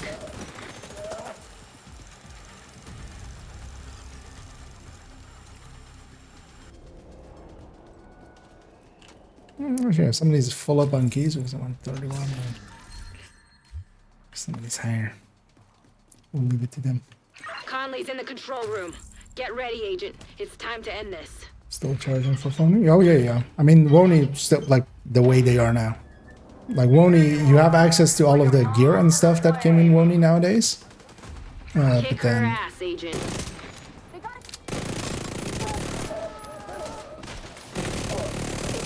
you just don't have access to the Woni content, like the actually the pure content, like actually the missions and stuff. I guess the only thing the division understands is that they're Because that's likely as well why they changed that method quite recently.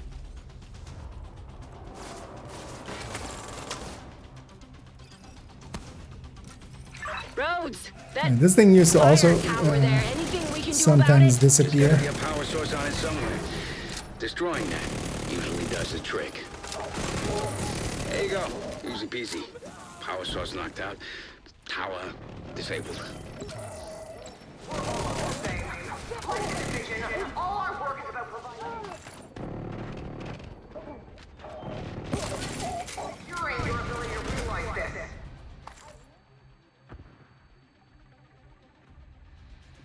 You really have no idea what you're doing. The cause you were compromising right Just ran into my own explosion. That's bad guy code 4. You're doing really great. Keep at it. Gas Well, valves wasn't caring detected. how we. Time to improvise. See if you can do anything with those valves. Oil gas pressure.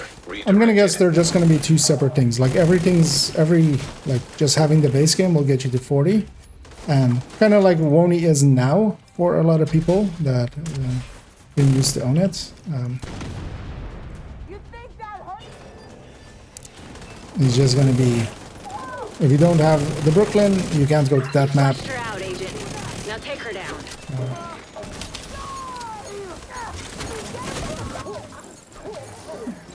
Drop that.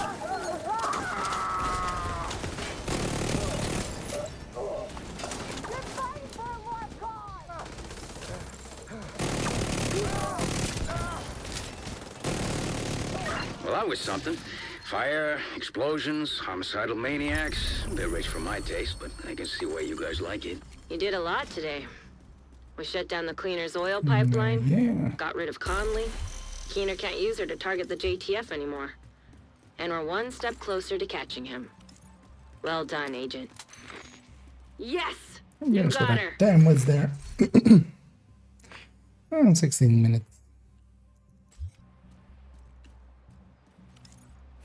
Nice.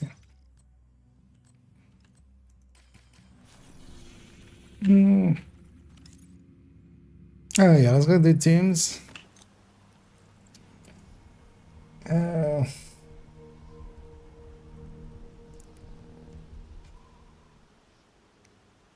Nah, I need to be sorry. Let's go. Full air Shrekker.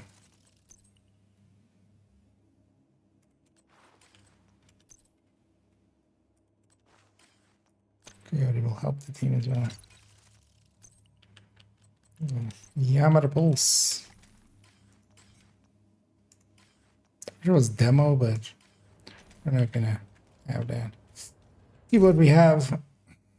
The rest of it. Let's take fun there.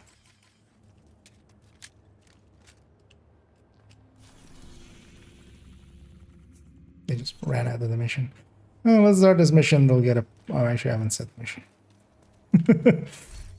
There we go. They'll get a pop up to join us. We've tracked the signal from Parnell's drone. Well, hopefully we'll and it looks take. like it's coming from the tombs. Hopefully he'll still be there. At the very least, we'll be able to find some of his equipment. I'll sit in on this one, in case you need some support. Me? I just want to see what weird shit this kid's been No, up but to. that's funny, right? Yeah. That's what it will be resolved. I mean, likely. Striker drone detected.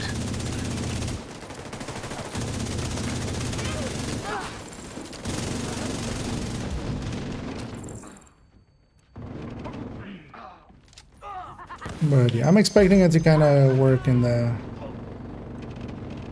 same way as Wony now is, because that's also then why they changed it now to be like this right now. Why else would you change it this much later? And then people can just buy either Wony or Brooklyn. Thank God you're here. Listen, Or- I know you won't or believe me, both. but I'm on your side. I've been undermining Keener's operation for months. I infiltrated his network. I don't think the Rikers suspect me yet, but I fucked up. I think he's onto me. I'll meet you in the cafeteria. I can smell his bullshit from Haven. Be careful, Agent. Wait, I can explain. No! No, that's saying.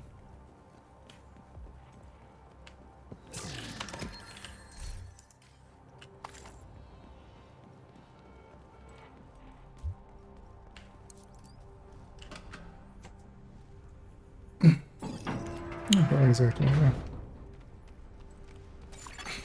Human remains detected. Analyzing data. Tears is Positive one tier identification. this time. Theo Parnell. I think if you Rogue should have agent Parnell, deceased. this makes saves you Doesn't like a make any second. sense. It's not that hard to fool. You really should be more careful.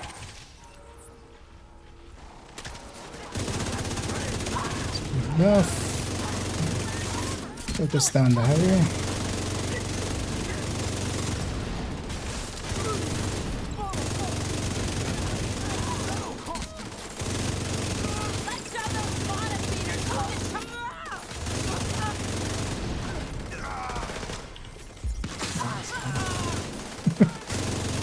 GM repulse though, of course.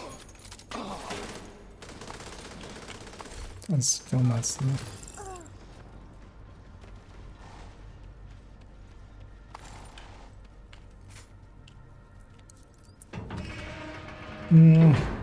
Bundle, likely, yes. This kid changed his Brooklyn face will recognition likely be record on the 30, Shade same database. as the one when I it fixed the released. exploit.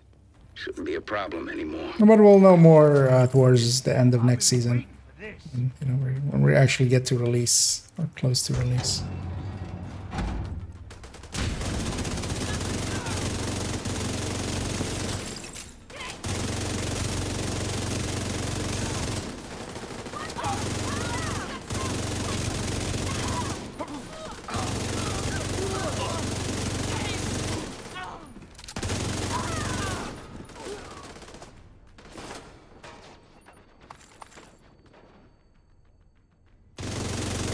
You like a challenge, right?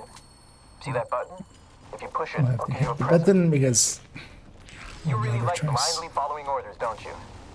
You ever think I'll for save yourself? my jammer for the second one. Hostile striker drone detected. That's only one.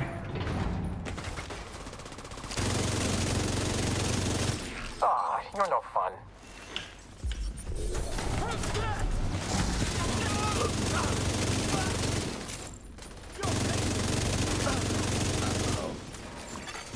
Unknown network detected. I'm getting a ping next door in the infirmary. Parnell must be there. 3000 per okay. You're not wrong. There's another incursion as well. Well, they've straight up said that they're not going to do any more projection device incursions or detected. raids. At the very least, for the Parnell can foreseeable create future. They might, holograms of of course, himself? you know, One change of their those fuckers mind is more than enough. at some time. But Rogue agent hey, we have detected. rogues here. Can I have a? Actually, that's fine. I don't want to revive have anyway. And we do have to go in. Our friend does not want to survive, I think.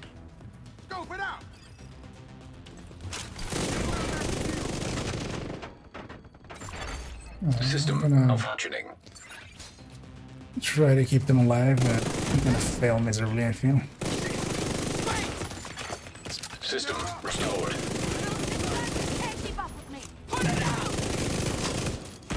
Actually, nobody's saying that. Hostile restore hive detected. Hostile assault turret Oh, detected. fucks. Didn't see that assault Hostile reply. sniper turret It's detected. likely a wipe then. Hostile incinerator turret detected.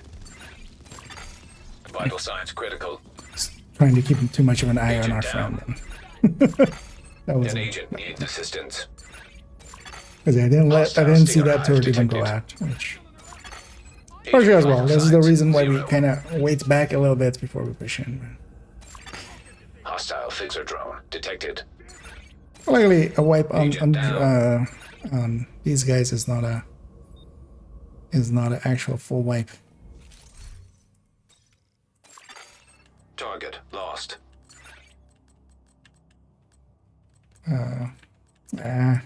After this one. I believe we got a burst there. They don't have a blitz rate striker.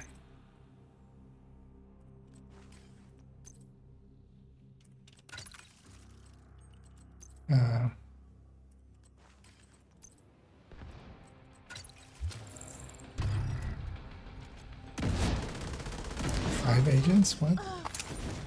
That was 4. It's group size +1, but I'm too lazy to type. Well, yeah, I shouldn't have tried to save our friend. I should have just let him die and kept myself safe because I didn't want to be that far forward, but...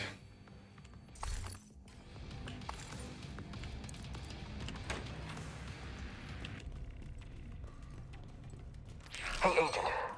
There's something you need to know. I've been digging through some classified division records, and there's evidence of institutional corruption that goes all the way to the top. You really think the division is insulated from Washington and its political bullshit? We should be working together.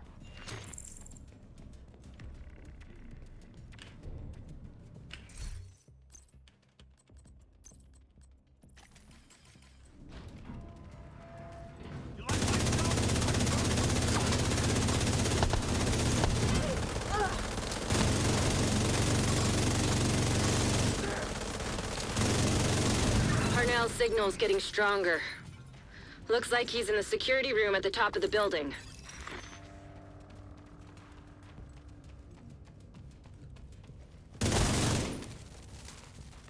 Just for one.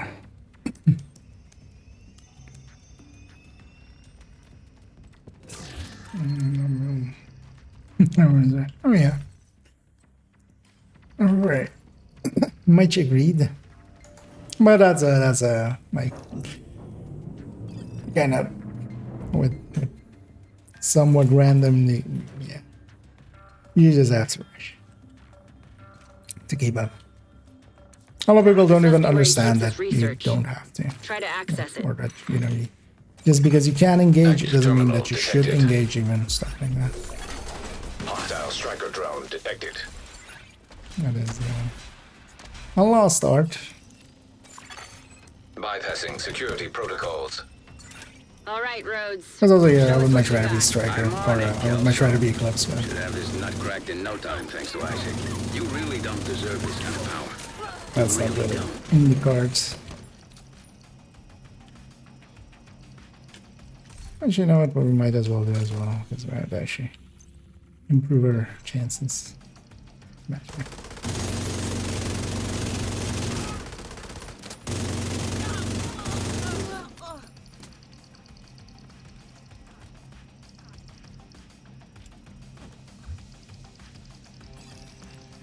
Should swap that hive when I loaded the build. Enough other things to do.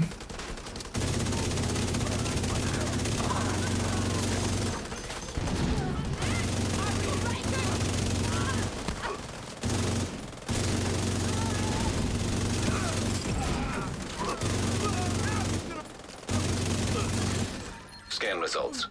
Files found. 1. Playing audio file.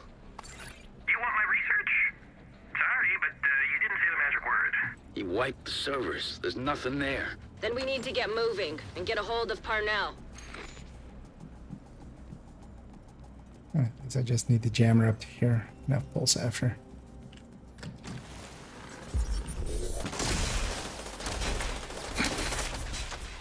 Shooting at that front.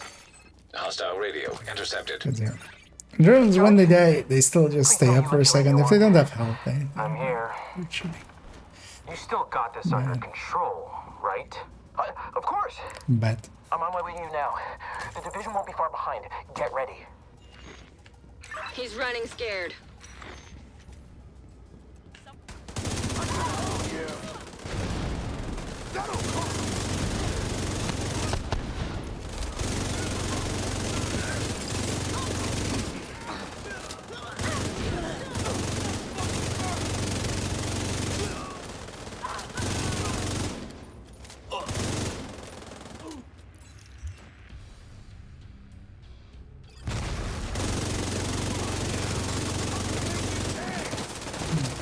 His chest, but then finish him off.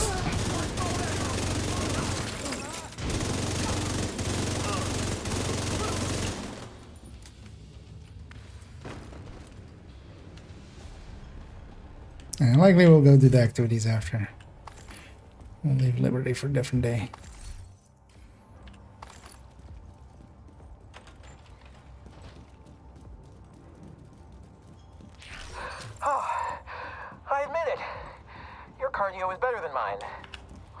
I'm still gonna get away, though. You know you're not the good guy, right?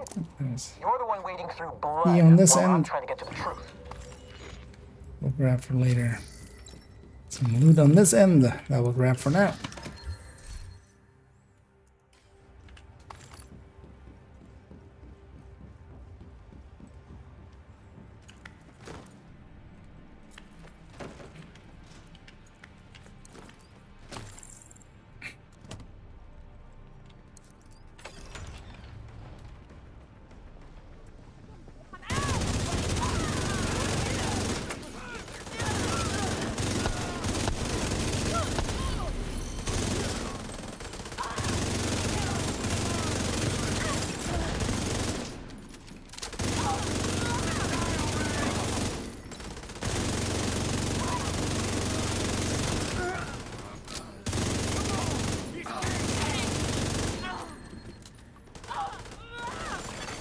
Hostile radio intercepted. Keener hits me. I need an evac. Send a helo to my location. Sorry, Theo. Yeah, that key opens that door. I can't keep cleaning up your mess. Keener, are you serious? Keener, answer me. Keener! You've got him cornered. I'm hoping our friend doesn't go in. I like it well.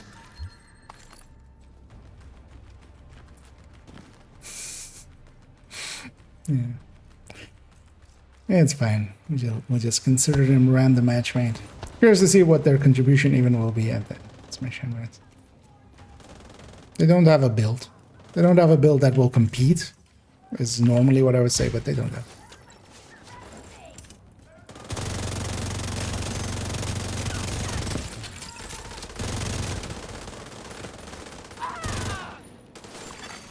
DZ turrets compromised.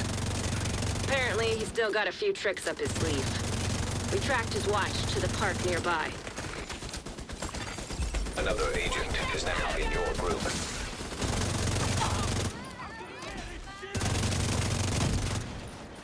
Got myself a second.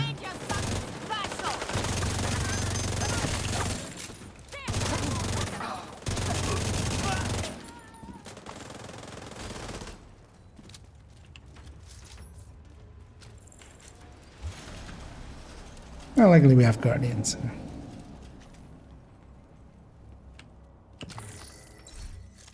That's what they are. Yeah.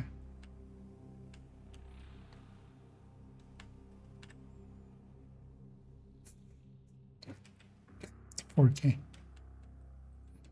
Also, just, you know, why? I mean, Cool Skills is on, but yeah, why even bother with that second skill? Identification confirmed. Agent Theo Parnell. Error. Multiple signatures detected. What the hell? How many of those does he have? Yeah, When you but, can't yeah, trust anything, but shoot everything. this area's where all Right in done. your It's wheelhouse, always in Agent. Charlie first.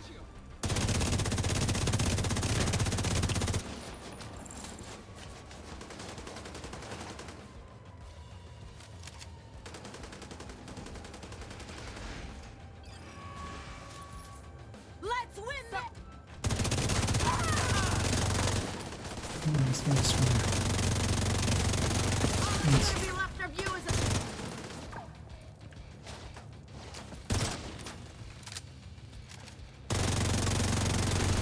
I'll be on the first one. It's not common.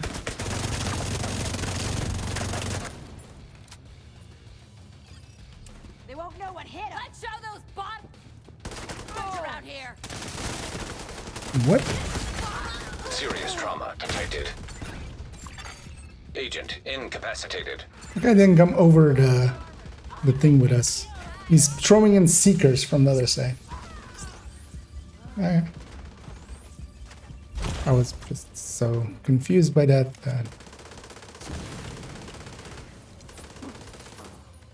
I'm missing all the action from here.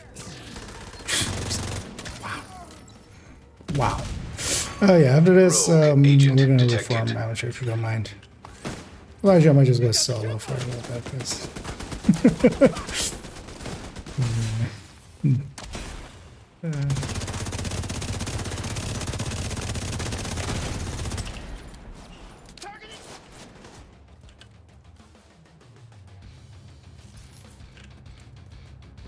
Well, actually, we might just call it there. We've seen too much stupidity for one day. I feel I'm ready for bed. Wait, how was he in restaurant?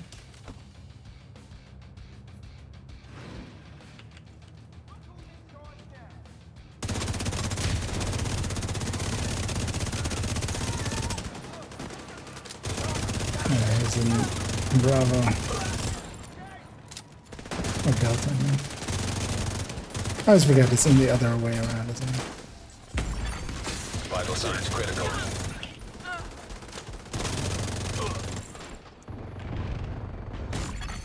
Agent down. Alright, that shit just... Agent deceased. I'm okay. I'll do this tomorrow. We're just gonna end it there. I'm kinda too frustrated to go on. Hostiles. We'll Guarding just location nearby. get that done tomorrow.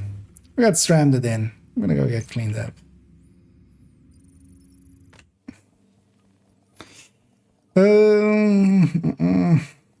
Let's get ready for meta chain. Wait, this is the same person that was here earlier. Hostile guardians are now active. Safe area detected. I wouldn't expect too much. That's instead. That doesn't matter too much. It's generally just try to play well with others, and it'll come out okay. Yeah, let's go find somebody for us to raid on the Twitch end.